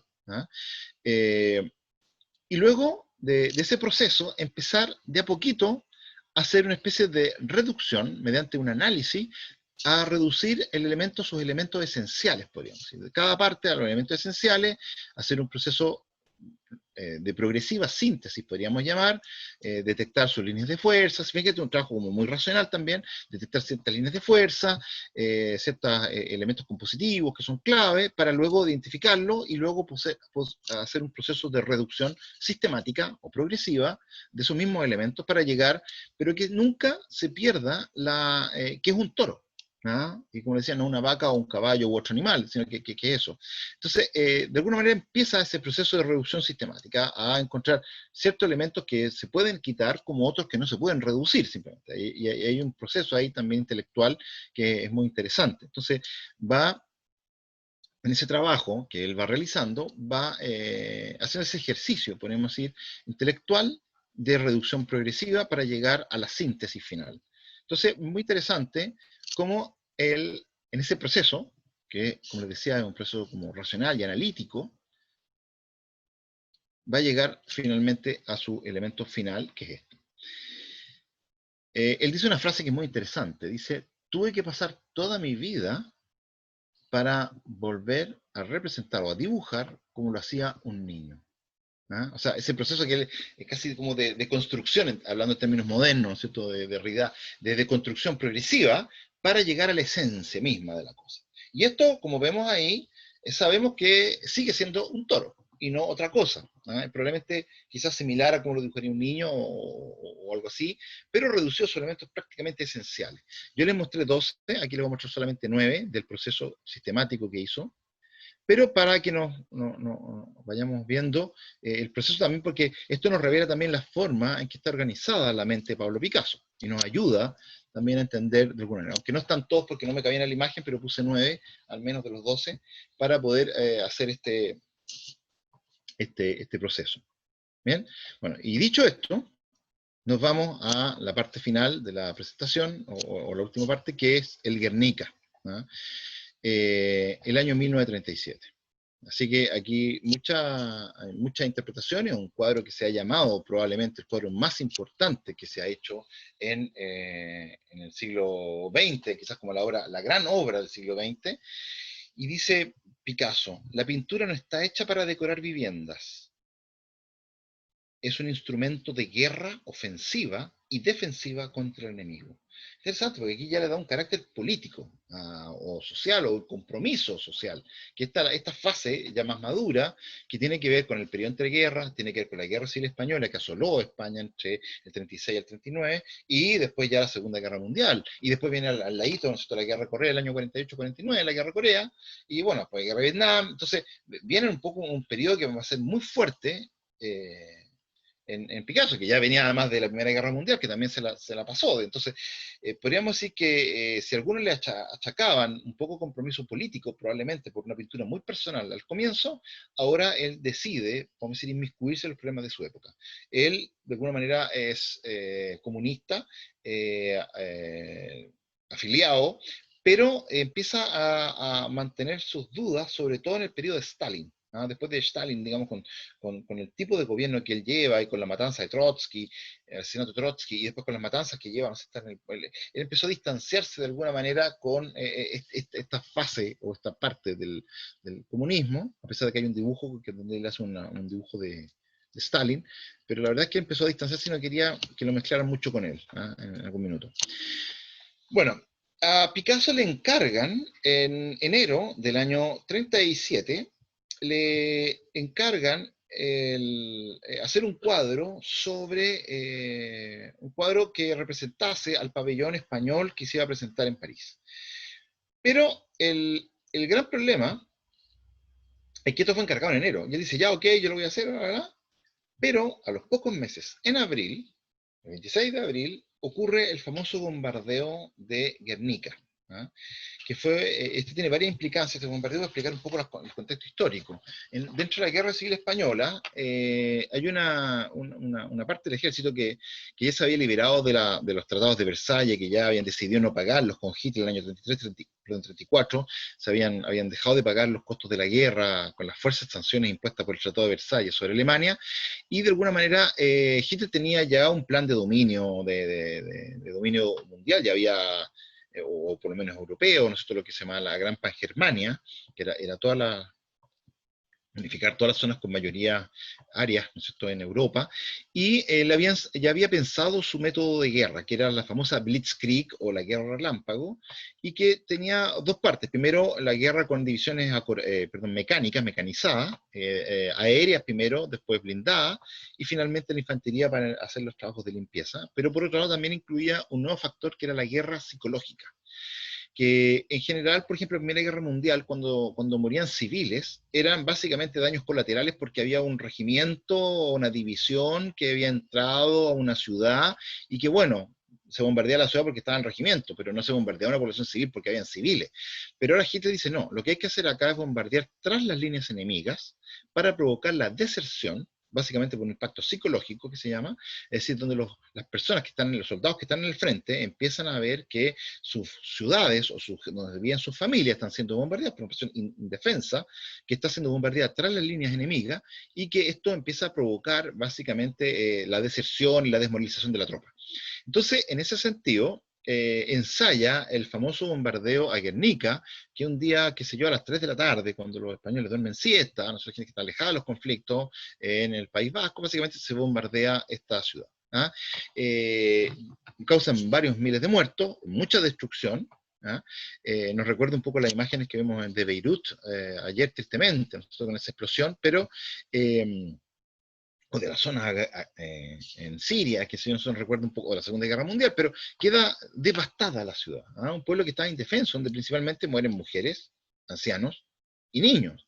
Entonces, en esa destrucción prácticamente muy masiva de la ciudad, con todos sus bienes, valores arquitectónicos y toda sus elementos propios de esta ciudad, que quedan en el suelo, hecho triza, pero lo más importante tiene que ver no solamente con la destrucción material, sino con la destrucción de vidas humanas, ¿ah? Y de gente inocente en esta guerra civil, y que Hitler ocupa como un campo de experimentación, ¿ah? Apoyando un poco a las tropas de Franco, entonces con una cosa muy terrible. Entonces esto tiene un hondo impacto, sobre todo en personas sensibles como Pablo Picasso. Entonces, esto va a ser clave porque imágenes de la madre que ve a su niño muerto, ¿ah?, en el bombardeo y ese tipo de cosas, y Picasso empieza, ¿no es cierto?, a reflexionar. ¿Ah? Empieza a dar quizás una nueva interpretación. No siempre el Guernica fue el Guernica, podemos decir, desde que se le encarga, pero este hecho, podemos decir que tiene una clara connotación probablemente que interpreta, y que algunos han visto que está representado eso. Vamos a interpretarlo en esa clave, pero puede, como Pablo Picasso se guardó mucho de no querer decir que lo que era el Guernica, así que queda libre la interpretación un poco de los personajes. ¿Ah? Pero quizá la madre con el dolor tremendo, ¿no? Todo inconsolable de una madre que pierde a su hijo, también se refleja ahí, ¿ah?, frente al toro. Entonces hay una cosa ahí también interesante. Entonces vamos a analizar un poco este cuadro. Son muy importantes las exposiciones, los cuadernos que hay con los bocetos simplemente de preparatorio de El Guernica, donde están las versiones donde él interpreta, donde se pueden ver algunas de las fases de origen, ¿ah?, como esa mujer que con una lámpara sale del edificio, ¿ah?, y que mira, hay un caballo y un toro, una especie de soldado muerto, ¿ah?, una especie de escultura, aparentemente, como una especie de soldado griego muerto ahí en el suelo, o derribado, quizá una alegoría al tema de los soldados, a la guerra, ¿ah? Pero el tema del dolor, las manos crispadas, como se ven ahí, todo ese tipo de cosas empiezan a aparecer un poco en el cuadro. ¿Ah? Entonces estos son segmentos o fragmentos de lo que él va configurando como en su gran obra, ¿ah?, que es el Guernica. Entonces hay distintas imágenes que usted puede ver que son quizás los bocetos preparatorios o los primeros dibujos para planificar qué es lo que hacer con esta obra. Bueno, Lo importante de esto que también está la noción del arte como registro, como proceso, es decir, las fases de creación, no importan tanto quizás la obra final, sino también el proceso también comienza a ser importante, que va a ser una característica no solamente del arte de la vanguardia, sino de todo el arte de posguerra, de la Segunda Guerra Mundial en adelante, el registro, la idea del registro como el arte como proceso. Y esto es porque Dora Maar, que es fotógrafa, entiende esto y va registrando el proceso creativo de la obra. Esto es una obra enorme, ¿no es cierto?, de gran tamaño, y que básicamente ocupa del suelo hasta el techo, hasta el cielo, la obra, y va registrando primero desde los dibujos, hasta que decía Matisse, que este es como la fase inicial o sintética de la pintura, y se ve algunos elementos de la composición, como por ejemplo, que esta escultura, o este hombre, este soldado, estaba con la mano extendida todavía, probablemente en señal del puño levantado, ¿no es cierto?, que con condiciones políticas muy fuertes, el toro, la posición del toro, el caballo que se revolcaba con el cuello hacia abajo, como ustedes ven, o esta mujer meme herida, o esta otra que sale por acá, o esta otra que está, ¿no es cierto?, quemándose en un edificio que está en llamas. Quizás por eso, por ese edificio en llamas, uno podría asociar a la idea del Guernica, que así se llama el cuadro, ¿no? Que es por el... Entonces Dora Maar va registrando, y eso es muy interesante, la obra en sus procesos. Este es un cuadro que carece de color, es monocromo, o podríamos decir es color blanco y negro, o algunos ven gamas un poco celeste o azules, no sé, gamas frías, pero es monocromo, podríamos decir, ¿ah? En blanco y negro, o ya sea en todas las gamas de un azul pálido, se va registrando esta obra poco a poco en el proceso creativo, y se ven las correcciones. Como ustedes ven, les decía yo, el caballo todavía tiene girada la cabeza hacia abajo, mirando como casi a soldado. Vemos que el soldado también cambia de posición, se pone la cabeza hacia el otro lado, aquí se ha girado, si ustedes se fijan ahora, se ha puesto para acá. Entonces, también el arte como una obra que está en proceso dinámico, que va asumiendo las correcciones, lo va mirando, lo va meditando, y eso es importante en el proceso creativo, porque uno habitualmente solamente ve el resultado final, pero gracias al registro fotográfico podemos ver las fases en el cual se va haciendo. Por otro lado, ¿no es cierto?, una especie de diagonales que aparecen con una especie de luz que está alumbrada por una ampolleta, como una luz artificial, pero una luz que es oscura. ¿Ah? También se ve ya la figura, el caballo se ha cambiado de la posición, ¿no es cierto?, gira hacia abajo, perdón, gira hacia arriba la cara, y un sol pero que proyecta sombra, muy curioso, y con el fuego de esta persona que se está quemando, está escapando, con esta lámpara que también se coloca al lado del sol, y hay todo bueno en alegoría. Y también un elemento que menos se nota en la composición que esto, que es una paloma. Muy, muy típica, la paloma de Picasso, la paloma de la Paz, ¿se acuerdan? Su hija se llama Paloma, pero también interesante porque la paloma era lo que pintaba su padre. ¿Mm? También hay una cosa bien interesante.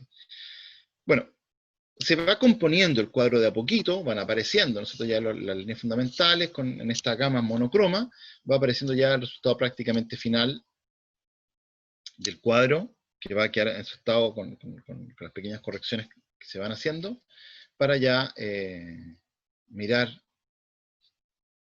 se fijan, el resultado ya en su fase definitiva.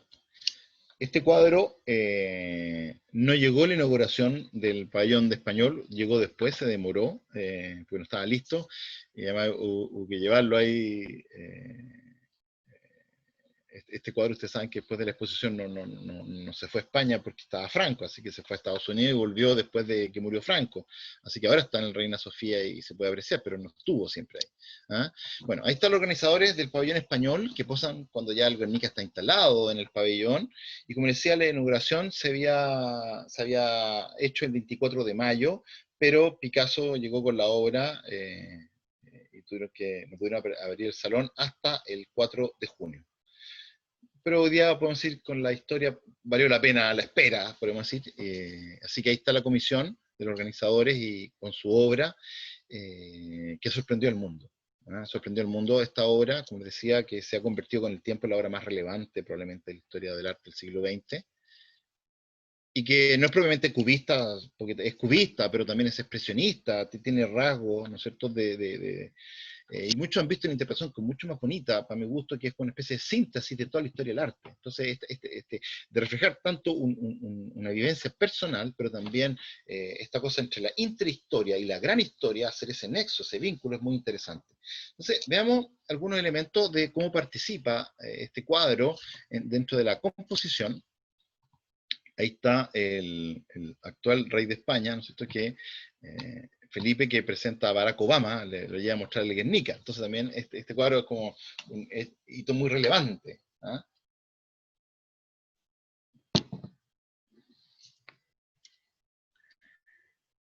Ahí está para que vean más o menos el tamaño que tiene la obra.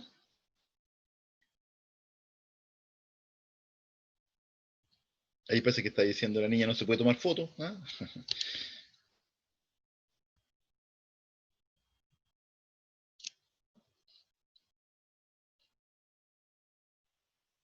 Es un cuadro que impacta también por el tamaño. ¿Ah?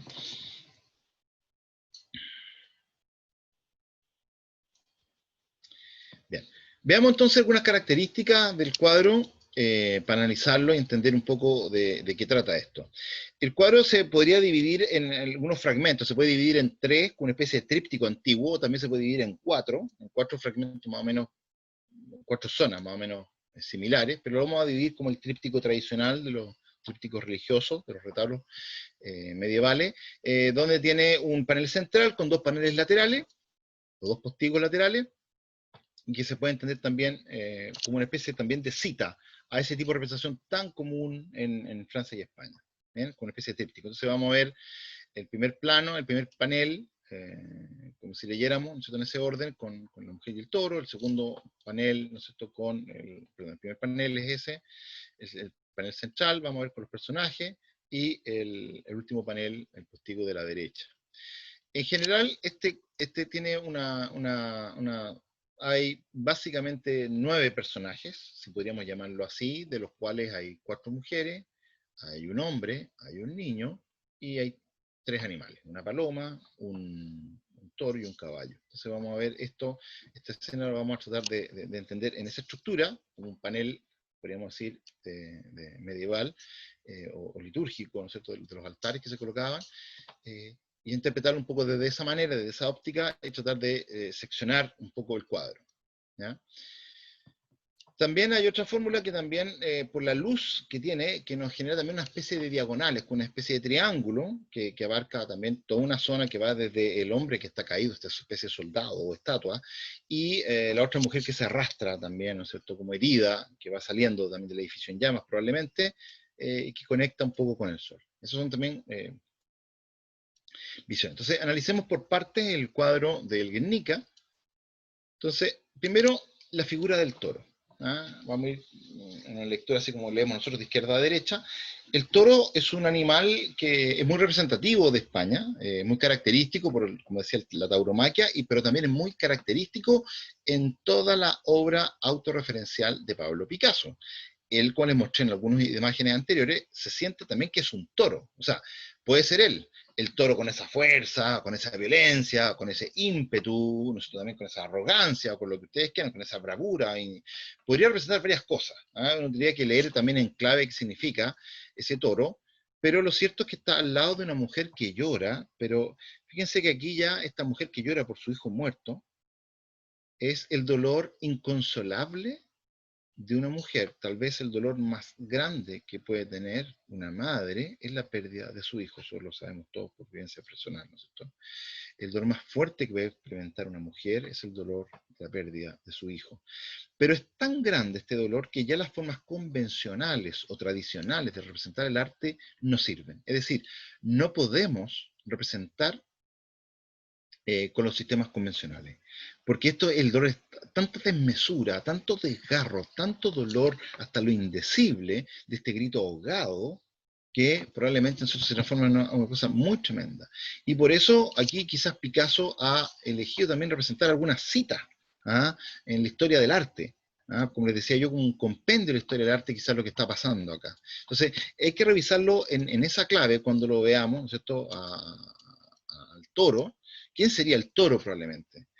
Y el toro tiene algunas cita, nosotros toros con cabeza de hombre, el toro alado de los imperios asirios, pero también del mesopotámico, de los palacios de Corsabad, ¿no es cierto?, o de Asurbanipal, o cualquiera de estos todo el arte asirio y el arte babilónico que podemos observar nosotros en los diversos museos europeos, sobre todo en Francia y en Alemania, nos llama la atención esto está, él tiene acceso un poco a estas obras que están en los museos franceses de París, en el Louvre. Entonces es muy importante un poco esta idea de este toro, que es cabeza de hombre, que también se interpretaba antiguamente que era tener un poder apotropaico, es decir, de expulsar el mal, de exorcizar el mal, de expulsar los espíritus maléficos, como los enemigos, nosotros que no entraran al palacio. Entonces hay quizá una imagen en el toro también que tiene que ver con un símbolo más profundo, quizás analizarlo, pero también puede representar al propio Picasso, al propio Pablo Picasso, que está presente, que él se refleja y se incorpora, porque es un toro que además mira de perfil y nos mira a nosotros, como en el cuadro del Renacimiento, esos cuadros donde está la típica persona que mira al espectador para invitarnos a nosotros de participar de la tragedia o de la drama que está ocurriendo al interior del cuadro, es una invitación. Quizás haya algo de eso en esta imagen de Picasso. Otros han dicho que no, el toro representa por todas estas virtudes o defectos o todas estas potencias destructivas que tiene el toro, también puede representar al general Francisco Franco. Entonces, en ese sentido, también son lecturas que son muy polivalentes o ambiguas en la interpretación del cuadro, pero como les decía, Picasso dijo, bueno, cuando vean un toro, piensen que eso, que es un toro, y todo lo demás es lo que ustedes puedan ver, deducir, interpretar, haciendo ese ejercicio de exégesis o de hermenéutica, para poder saber qué quiere decir toda esta cosa. Entonces, hay un tema que es muy interesante por eso. En segundo lugar, la mujer que llora, ¿no es cierto? Esta mujer desgarrada, como les decía, que ya los sistemas convencionales para mostrar un grito tan dramático, tan trágico, tan terrible, básicamente se cree, algunos han visto que podría ser un grito de injusticia y de barbarie, o a la barbarie de la guerra. Un grito de injusticia, vamos a decir, a la barbarie de la guerra.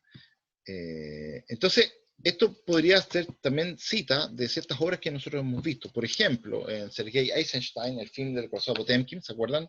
Los comunistas hicieron todo esto un poco para paliar la revolución, el año 25, con todo este film famoso de la profesora Potemkin, y que hay un momento en que bajando las famosas escaleras de Odessa, los cosacos, las tropas, ¿no es cierto?, disparan sobre la población que va bajando la escalera en un montaje maravilloso de la historia del cine, hecho por Sergei Eisenstein, y con música de Prokofiev, además de Sergei Prokofiev. Entonces, es toda una cosa muy, muy bonita, muy dramática, y se ve también el dolor de una madre, hasta lo indecible, al perder a su hijo.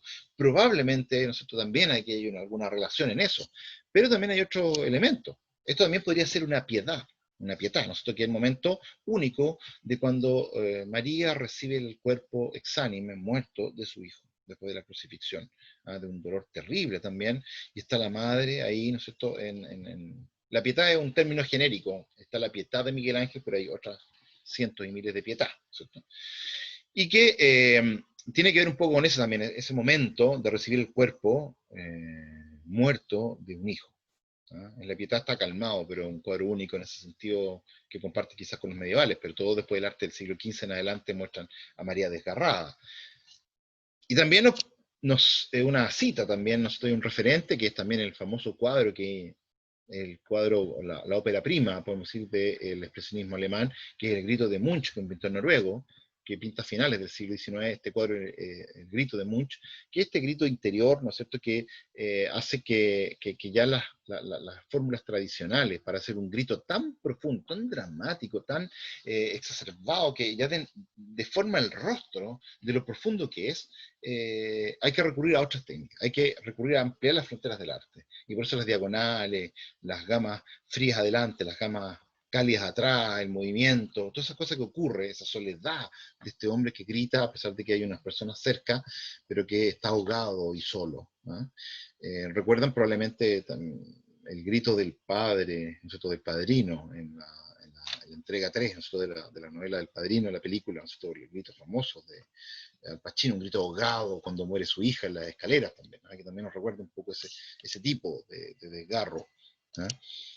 Bueno, por otro lado, viendo también la paloma que también aparece múltiples veces, un eco como les decía yo, a quizás un recuerdo, una oración de su padre cuando era chico, y le dijo que pintara unas palomas, que lo ayudara a tener unas palomas, y las pintó a los 14 años las palomas. El papá en ese momento entiende que él nunca, el papá, digamos el mismo, nunca va a poder pintar como su hijo, y se da cuenta que él nunca va a ser un gran pintor, pero sí su hijo lo va a hacer. Y en ese momento él le regala la paleta y los pinceles, y como que es un acto en el cual él señala, yo no tengo nada más que enseñarte, has superado a tu maestro. ¿Ah? Eso básicamente es lo que hay en ese hecho, que lo que le quedó muy grabado a Pablo Picasso. Y probablemente la paloma tiene que ver con eso, pero también la paloma la paloma se asocia al Espíritu Santo, pero Picasso la gira, ¿no es cierto?, hacia el símbolo de paz, porque la paloma es también un animal pacífico. ¿Ah?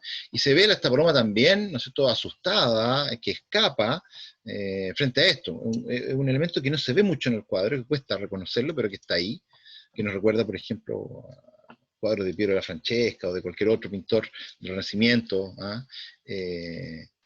O los mismos en la época sur, también Picasso, ¿no es cierto?, con la paloma, bueno, o los símbolos de la paz de Picasso, que les decía que era un elemento que es bastante persistente, así como los toros, la paloma también es un elemento persistente en su obra. Entonces tenemos el toro, la mujer, la paloma, analizado hasta el momento. Entonces, para irnos ahora un poco al panel central, podríamos decir. Una luz, un sol, pero adentro tiene una ampolleta, naturaleza y artificio, podemos decir. ¿Ah? Pero también la luz proyecta sombra, cosa muy curiosa. Entonces, aquí hay como una dualidad, una ambivalencia en el sentido de una contradicción.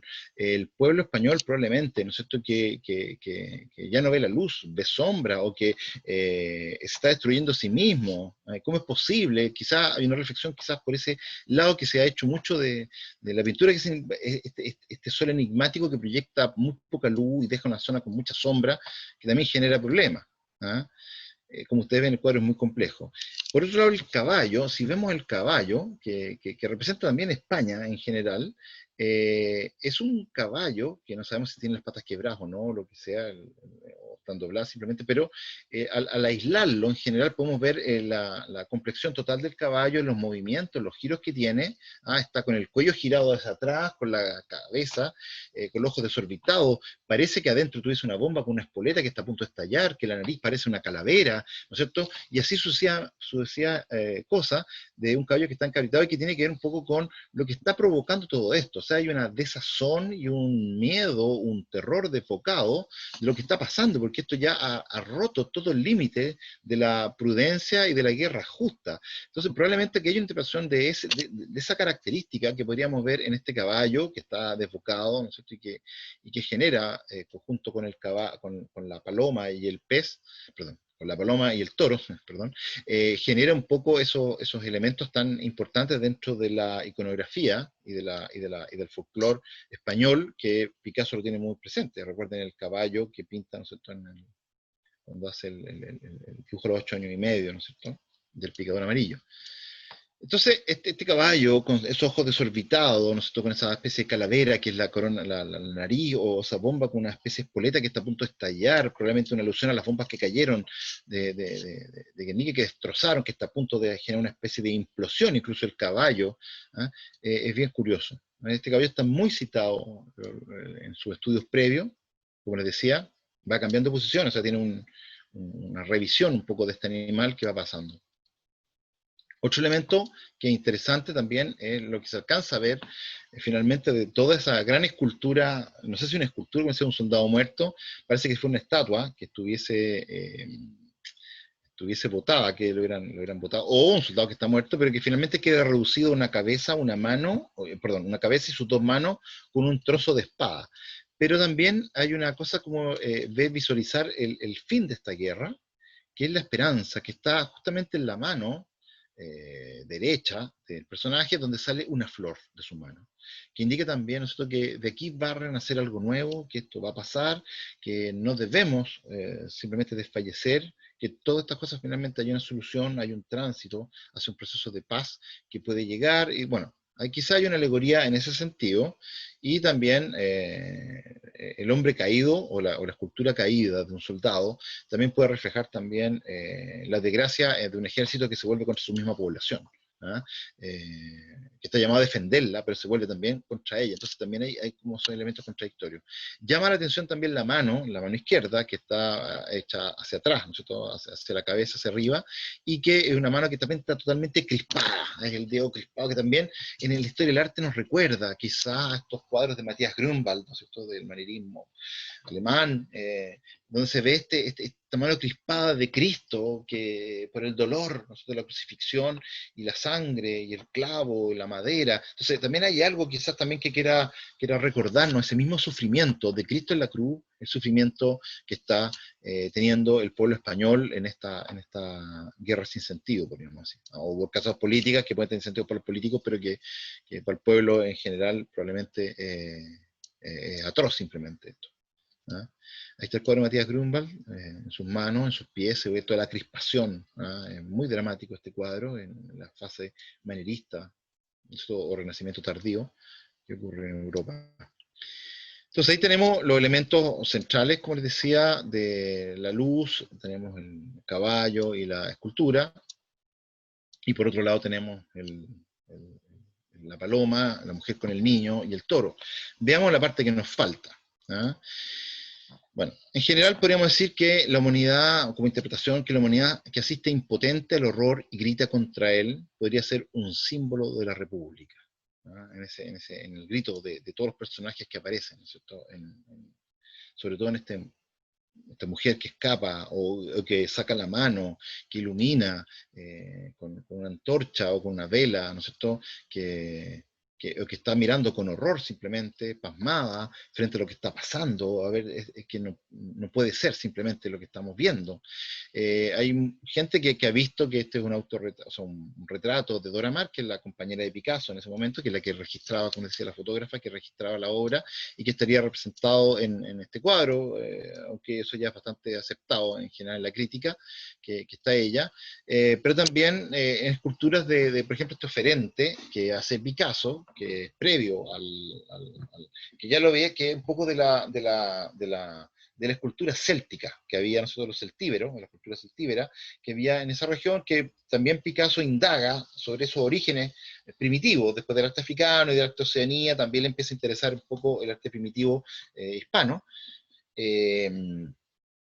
Y de alguna manera también es un oferente, ¿ah? Una especie de ofrenda para calmar toda la destrucción que está asolando, como una especie de expiación, ¿ah? Frente al horror. ¿Ah? Tiene que ver un poco con eso probablemente, como estas ceremonias, estos rituales de expiación, ¿ah? Cuando sucede algo malo, ¿ah? Tan típicas de todas las religiones. ¿Mm?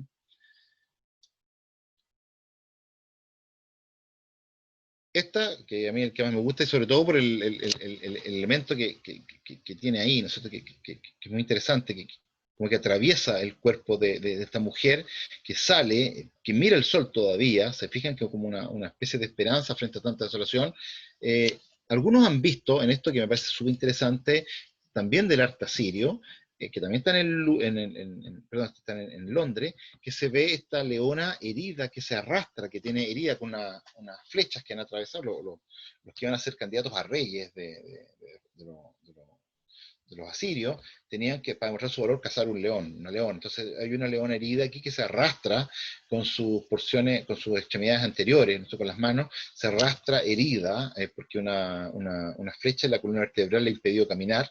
Y aquí también se ve algo así un poco. Quizás algunos ven una cita en esa postura, en esa leona, con esta mujer que sale también herida, con la cabeza en alto, también frente al drama. Puede ser también una interpretación que es interesante. Y también la persona que está en llamas ahí, ¿no es cierto?, en el edificio quemándose, también es muy dramático, porque sería ya lo que más nos recuerda lo que está pasando en Guernica, que es el incendio, el ataque al Guernica. Pero esta mujer con los brazos en alto, también uno puede citar, por ejemplo, el cuadro de Goya, el fusilamiento del 3 de mayo, cuadro muy conocido, donde se ve las tropas, que después lo vuelve a citar en otro cuadro, así que está en su mente este cuadro como referente, donde las tropas francesas fusilan a los rebeldes españoles, ¿no es cierto?, al grito de un hombre que grita "Viva España", mientras lo están fusilando, ¿no? Ese hombre de blanco que se ve ahí. Entonces también es muy recurrente. ¿Ah? Entonces, hay una serie de elementos que pueden ser interesantes, y ahí se ve el edificio en llamas, no sé cómo les decía, de donde, que es la referencia más inmediata al ataque de Guernica, y por eso se llamó así el cuadro. ¿Ah?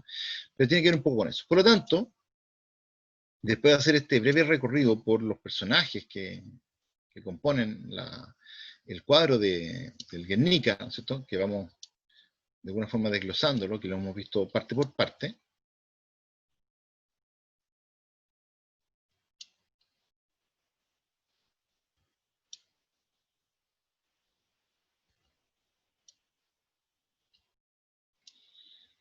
Bueno, ahí tenemos, como les decía yo, un poco la serie de personajes, estos 9 personajes que aparecen, ¿eh?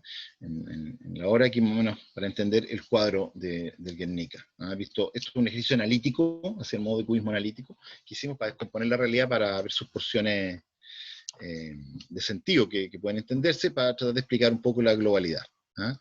Entonces, algunas ideas de síntesis para comprender también el Guernica. ¿Ah? Y esto puede ser interesante. Primero, que el Guernica es Picasso. ¿Ya? Si bien es cierto que se retrata un hecho muy relevante y doloroso, no hay que olvidar algo. En Guernica lo que está es Picasso. Ve Picasso. Se ve a Picasso. O sea, quien ve a Guernica, perdón, ve a Picasso. O ve Picasso. Es un acopio de ideas y referentes muy diversos, como le acabo de mostrar. Entonces lo que hay aquí es ver a Picasso. Y nos aleja un poco de la interpretación de autorreferencia que hemos hablado delante. En segundo, no siempre fue el Guernica. El encargo del pabellón, como les decía antes, vino en enero. Comenzó con unos bocetos en abril, los bombardeos fueron el 26 de abril a finales, y Picasso partió con unos bocetos el 1 de mayo. La alusión es el 11 de mayo, cuando hace el edificio incendiado. ¿Ah? Entonces, vamos a decir que el que deriva en Guernica, digamos, es como más tardío. Es también interesante saberlo. En tercero, cristalización de las imágenes. Es un momento que las imágenes tienen pasado y futuro. El museo existe y también la reproducción de imágenes, y por eso este curso de los museos que queremos presentar. Picasso tiene el repertorio de la historia del arte en su poder, por tanto las imágenes pasan a los medios de masas, y esto los reconvierten, y se van resignificando, resemantizando, y todo ese tipo de cosas. Ese proceso vivo de un cuadro también, como decía Picasso cuando dice, bueno, interprétenlo ustedes, es también todo un tema interesante, ¿ah? De que el cuadro sigue perteneciendo también al observador y a la interpretación, y queda también expuesto a ello. 4. El lugar. El factor del lugar. Picasso pintó Guernica en el lugar donde Balzac situaba a Fraunhofer, el pintor de la obra maestra desconocida. Una famosa frase de Picasso: llévate el cuadro porque si no, no lo acabaré nunca. Esta es una novela o un librito de Honoré Balzac, que básicamente está este hombre que pintaba, que quería pintar un cuadro que nunca empezaba, que nunca había nada, y que finalmente era la obra maestra desconocida. Él quería pintar la gran obra, pero nunca la realizaba. Y bueno, al final dice, llévate el cuadro, porque ya si no, no acabaré nunca. ¿Ah? Y por eso, además que ya estaba atrasado varios días, entonces bueno, también interesante esta idea, ¿no es cierto?, de lo que representa. Y por último, los símbolos. Para Picasso, el toro es un animal excepcional. Un papel trágico solo podía estar presidido por la paradoja. Aquí, en esta especie significante flotante que cobran cada uno de los elementos, Guernica se redefine a los ojos del espectador. Y en ese sentido, las obras siempre están abiertas, como decía, quedan abiertas a que puedan hacer nuevamente sujetos de reinterpretaciones o de interacciones, de descubrimientos, de referentes, que pueden estar ahí. Pero finalmente lo que vamos a ver siempre es a Picasso, ¿no? Y eso es lo importante. Algunos fragmentos, vistas, ¿no es cierto?, de la obra en mayor escala. Como decía, la paloma apenas se distingue, los ojos desorbitados, y presentar esta visión tanto de forma lateral como frontal en el toro y en la mujer, el desgarro, las proporciones, todas estas cosas, todo este lenguaje que ya hemos visto en Picasso comienza a repetirse.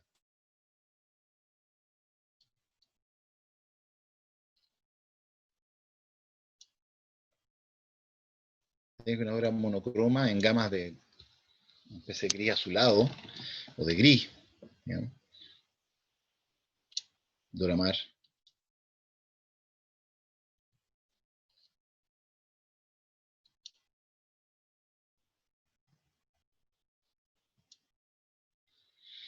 Bueno, de estos también se hacen siempre las famosas citas a la historia del arte. Artistas, por ejemplo, Klein, que trabaja, ¿no es cierto?, sobre esto y hace, por ejemplo, una especie de reinterpretación, como se ve ahí, sobre el Guernica, ¿no es cierto?, de rostros de gente gritando, que un poco refuerza esta idea.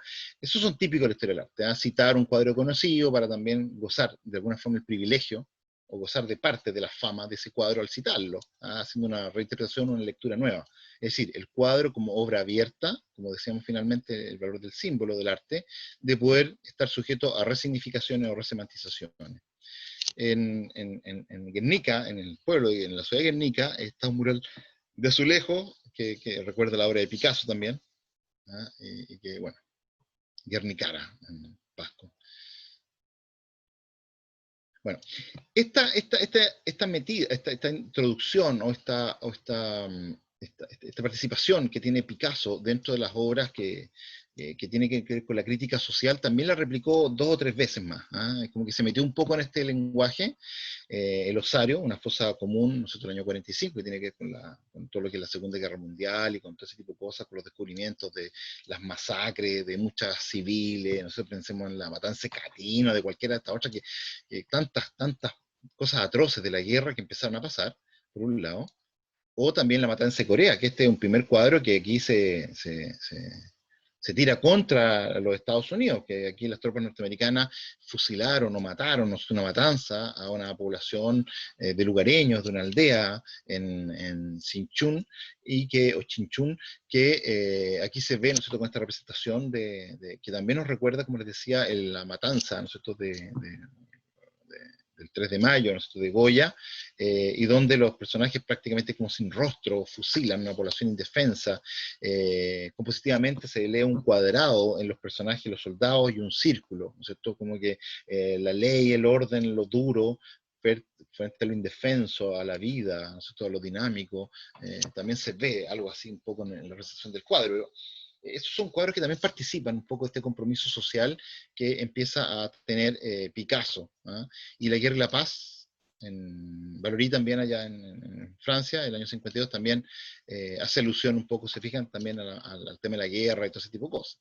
Pensemos que hay varios conflictos que están librando Francia con el tema de las colonias en el norte de África y todos los temas de la participación también en Vietnam y bueno, hay un montón de cosas ahí que también empiezan a ser interesantes, importantes para ir esta especie de caballo de los corceles del apocalipsis, ¿no es cierto? O algo así, no sé lo que será, una cuadriga con estos caballos negros, como esqueletos, bueno, hay toda una idea.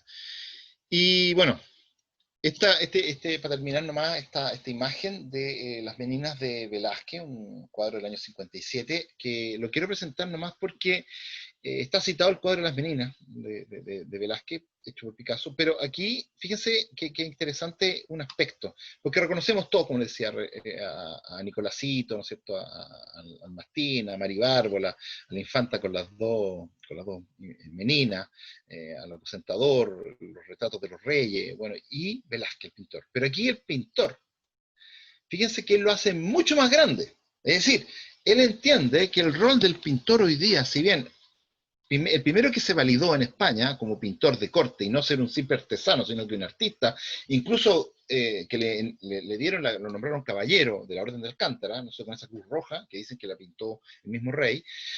Aquí lo interesante, fíjense que el tamaño del artista, así que el artista no solamente ingresa a la corte, sino que no solamente se incorpora a la élite, o es reconocido parte de la élite, o parte de la familia de Felipe IV, sino que además es el más importante, o sea, el rol que tiene, la jerarquía que cobra el artista en el siglo XX, de ser un personaje que es principal. Entonces también es interesante el lugar que ocupa el artista en este vínculo que hay desde, podríamos decir, desde Velázquez a Picasso, el rol notablemente creciente que tiene el artista como elemento clave en la sociedad. Entonces, eso lo entiende. Ahí está el cuadro de Picasso, se fijan que el pintor está ahí, chiquitito, pero él lo agranda, como da la jerarquía del pintor y de su obra, la importancia que este tiene. Así que es muy interesante en ese sentido la obra de Picasso. Bueno, para terminar nomás la conclusión. Este hombre que lo hemos visto como un genio y con todo, también arrastra una vida muy dramática. La muerte de Casayemas también se une con las desgracias que ocurren en su familia y con la estela de gente que él va dejando, botada, ¿ah? Su cultivo enorme de su propio ego, y que no le importa de repente para satisfacer sus propias pulsiones, dejar heridos en el camino, la participación incluso de la última mujer, Jacqueline, que como decía, que es una mujer que no va a dejar haber contacto, pierde contacto con el resto de la familia, con los amigos, con todo, y que bueno, ni siquiera los deja asistir al funeral, o sea, muy dramático. Bueno, primero, algunas desgracias en torno a la familia de Picasso, ¿no? Que en ese sentido es muy triste, pero también nos sirve para ver el mito del artista. Pablito, nieto de Picasso, se suicidó ingiriendo lejía, es como básicamente cloro, ¿no es cierto? 2 días después del funeral de Picasso. No lo habían dejado entrar al funeral de Picasso, él quería entrar al funeral de su abuelo, y bebió lejía, y básicamente esto le destruyó el estómago, por lo tanto no podía comer, con dolores profundos, ¿no? El efecto del cloro que va haciendo en el estómago, destruyendo los tejidos, y en una agonía de básicamente de 3 meses. En la imagen, poco antes de morir, junto a su hermana Marina, era hijo de Paulo, nació de la relación de Picasso con la bailarina rusa Olga Koklova. Eh, Paulo Picasso, el hijo mayor de Picasso. Nació el 4 de febrero del 21 y murió el 5 de junio del 75, 2 años después de Picasso, a la edad de 55 años, a causa de complicaciones derivadas del abuso alcohólico. Picasso encontraba limitado a su hijo Paulo, lo ninguneó bastante, generando severos traumas, y eso también va a influir en la psicología también del hijo, que además sufre el abandono por otras mujeres, de su madre. Entonces, esas cuestiones van repercutiendo. María Teresa, esta niña de 17 años, ¿se acuerdan? El año 77 que se enamoró y toda esta imagen del toro. Bueno, María Teresa el año 77 también se quitó la vida. Y Jacqueline, la última mujer, ¿no es cierto? Esta quien era muy querida por el resto de los... Se suicidó el 15 de octubre de 1986 a los 60 años, 3 años después. Entonces también hay una estela también muy dramática de una persona que absorbe, como que absorbiese la energía de la gente que lo rodea, quizás de la gente que era más querida, pero como que los usa y los bota, que es la sensación que tenía Dora Maar. François Gillet, la única que no tenía esa idea porque él lo había dejado, pero el resto, Dora Maar se sentía que le habían extirpado todo, que le habían sacado todo, le habían como aspirado y la dejaron sin nada, como un limón exprimido, y luego la dejaron. Entonces, ese sentimiento es de muchas personas que rodean la vida de Picasso. Entonces, también hay una cosa bien dramática en esa vida que es importante. Entonces, para terminar, digo, Pablo Picasso no solo es el artista más conocido del entorno contemporáneo, sino que su obra también satisface las sensibilidades más diferenciadas, como decía, por la amplia gama de estilos que transita. A ello contribuyeron varios factores: su larga vida, su extensa, diversa y abundante producción, su capacidad de actualizar grandes temas sin contravenir las leyes de la figuración o de la representación. Como decía, nunca desemboca en la abstracción. Su sensibilidad para dotar a un siglo masacrado por la violencia con una imagen capaz de unir el deseo de paz y las expresiones de dolor y del absurdo. O su habilidad para situarse en el punto de mira del arte actual sin prescindir del contexto político. Además, junto a sus inequívocas imágenes personales, que traslucen vitalidad y potencia y diversidad afectiva, también supo promover su identidad y sus raíces, no es todo el mundo español o celtíbero que hablamos delante. En definitiva, Picasso consiguió situarse en el punto de mira de muchas miradas, tanto de lo que le observaron como el prolífico y seguro valor plástico, renovador y protagonista en muchos aspectos de la vanguardia artística, como de los que vieron en él al artista comprometido con la historia de su país. Sobre todo en la última parte de la presentación vimos un poco eso. Por lo tanto, ahí radica también con esas luces y con esas sombras, con esas dudas, con esas pasiones, con esas pulsiones, con esos dramas, con ese esfuerzo también de tratar de conciliar intelectualmente las cosas que él iba sintiendo, las pasiones que iba sintiendo, es la genialidad también en la cual se envuelve este personaje que es Picasso. ¿Bien? Así que eso es la charla, simplemente reiterar la invitación, el curso esta es la charla preludio, podemos decir, la obertura de nuestro, va a estar situado básicamente, estos son los museos y las obras que vamos a visitar: el Museo del Louvre, que va a ser el miércoles 19 de agosto, en 2 miércoles más, la Virgen de Casilla Roland, la Mona Lisa de Leonardo y la coronación de Napoleón de Jacques-Louis David, ¿ah? El Casilla Roland de Van Eyck, notable. Después, el miércoles 24 de agosto, en el Museo del Prado, vamos a ver el descendimiento de la cruz de Roger van der Weyden, el Jardín de las Delicias del Bosco, una de las tantas interpretaciones vamos a hacer, y también las Meninas, por la familia de Felipe IV, también de Velázquez. El miércoles 2 de septiembre vamos a ver los museos vaticanos, la Escuela de Atenas de Rafaelo, la bóveda de la Capilla Sixtina de Miguel Ángel, y el juicio final también de Miguel Ángel, porque era imposible obviarla, ¿no es cierto? Obviamente. El miércoles 9 de septiembre vamos a visitar en Londres la National Gallery con el matrimonio Arnolfini de Jan van Eyck, los embajadores de Hans Holbein y el Temerario, el Temeraire, ¿no es cierto?, remolcado para el desguace de William Miller Turner. Y el miércoles 23 de septiembre, en el Museo d'Orsay, vamos a ver el baile del Moulin de la Galette, o Moulin de la Galette más bien, de Renoir, la habitación de Van Gogh y la Catedral de Rouen, o la serie de la Catedral de Rouen de Monet.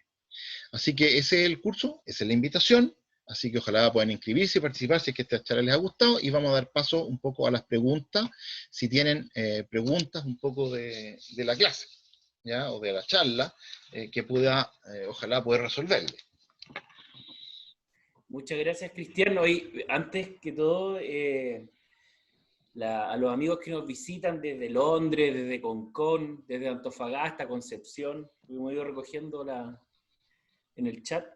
Mira, vamos, por el tiempo, voy a tratar de sintetizar las preguntas. Mira, a los amigos del Facebook nos preguntan, ¿existen escritos donde Picasso describa su proceso intelectual hacia el cubismo?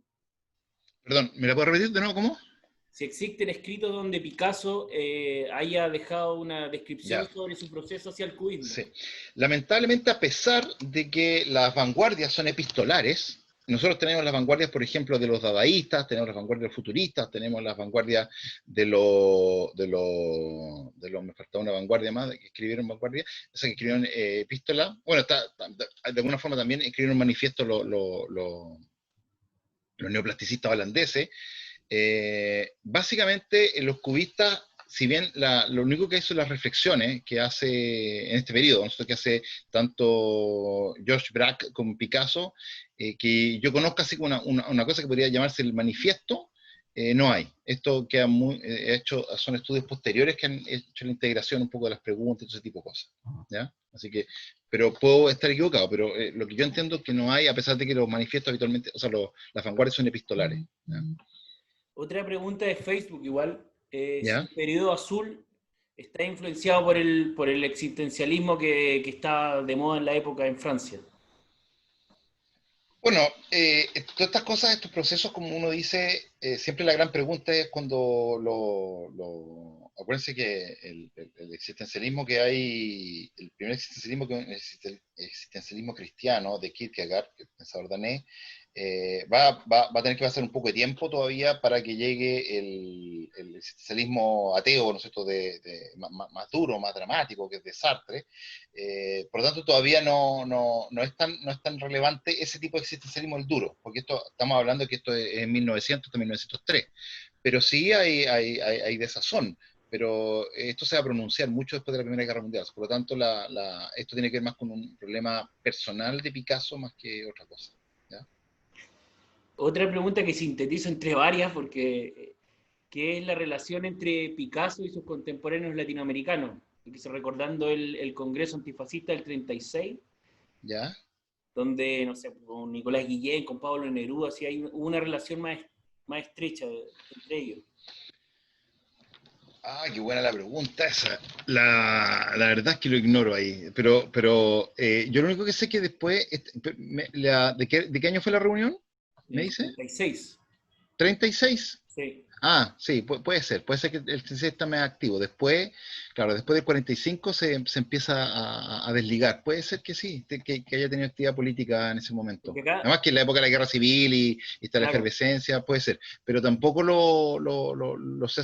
Yo sé que nomás que después del año 50 o 54 se empieza a desmarcar básicamente del porque acá, mira, marxismo de Rusia. Edison nos dice que en la Fundación Neruda hay litografías de Picasso regaladas a Pablo Neruda. Por eso hacía Ah, una pregunta que chuta, siempre vale. ya.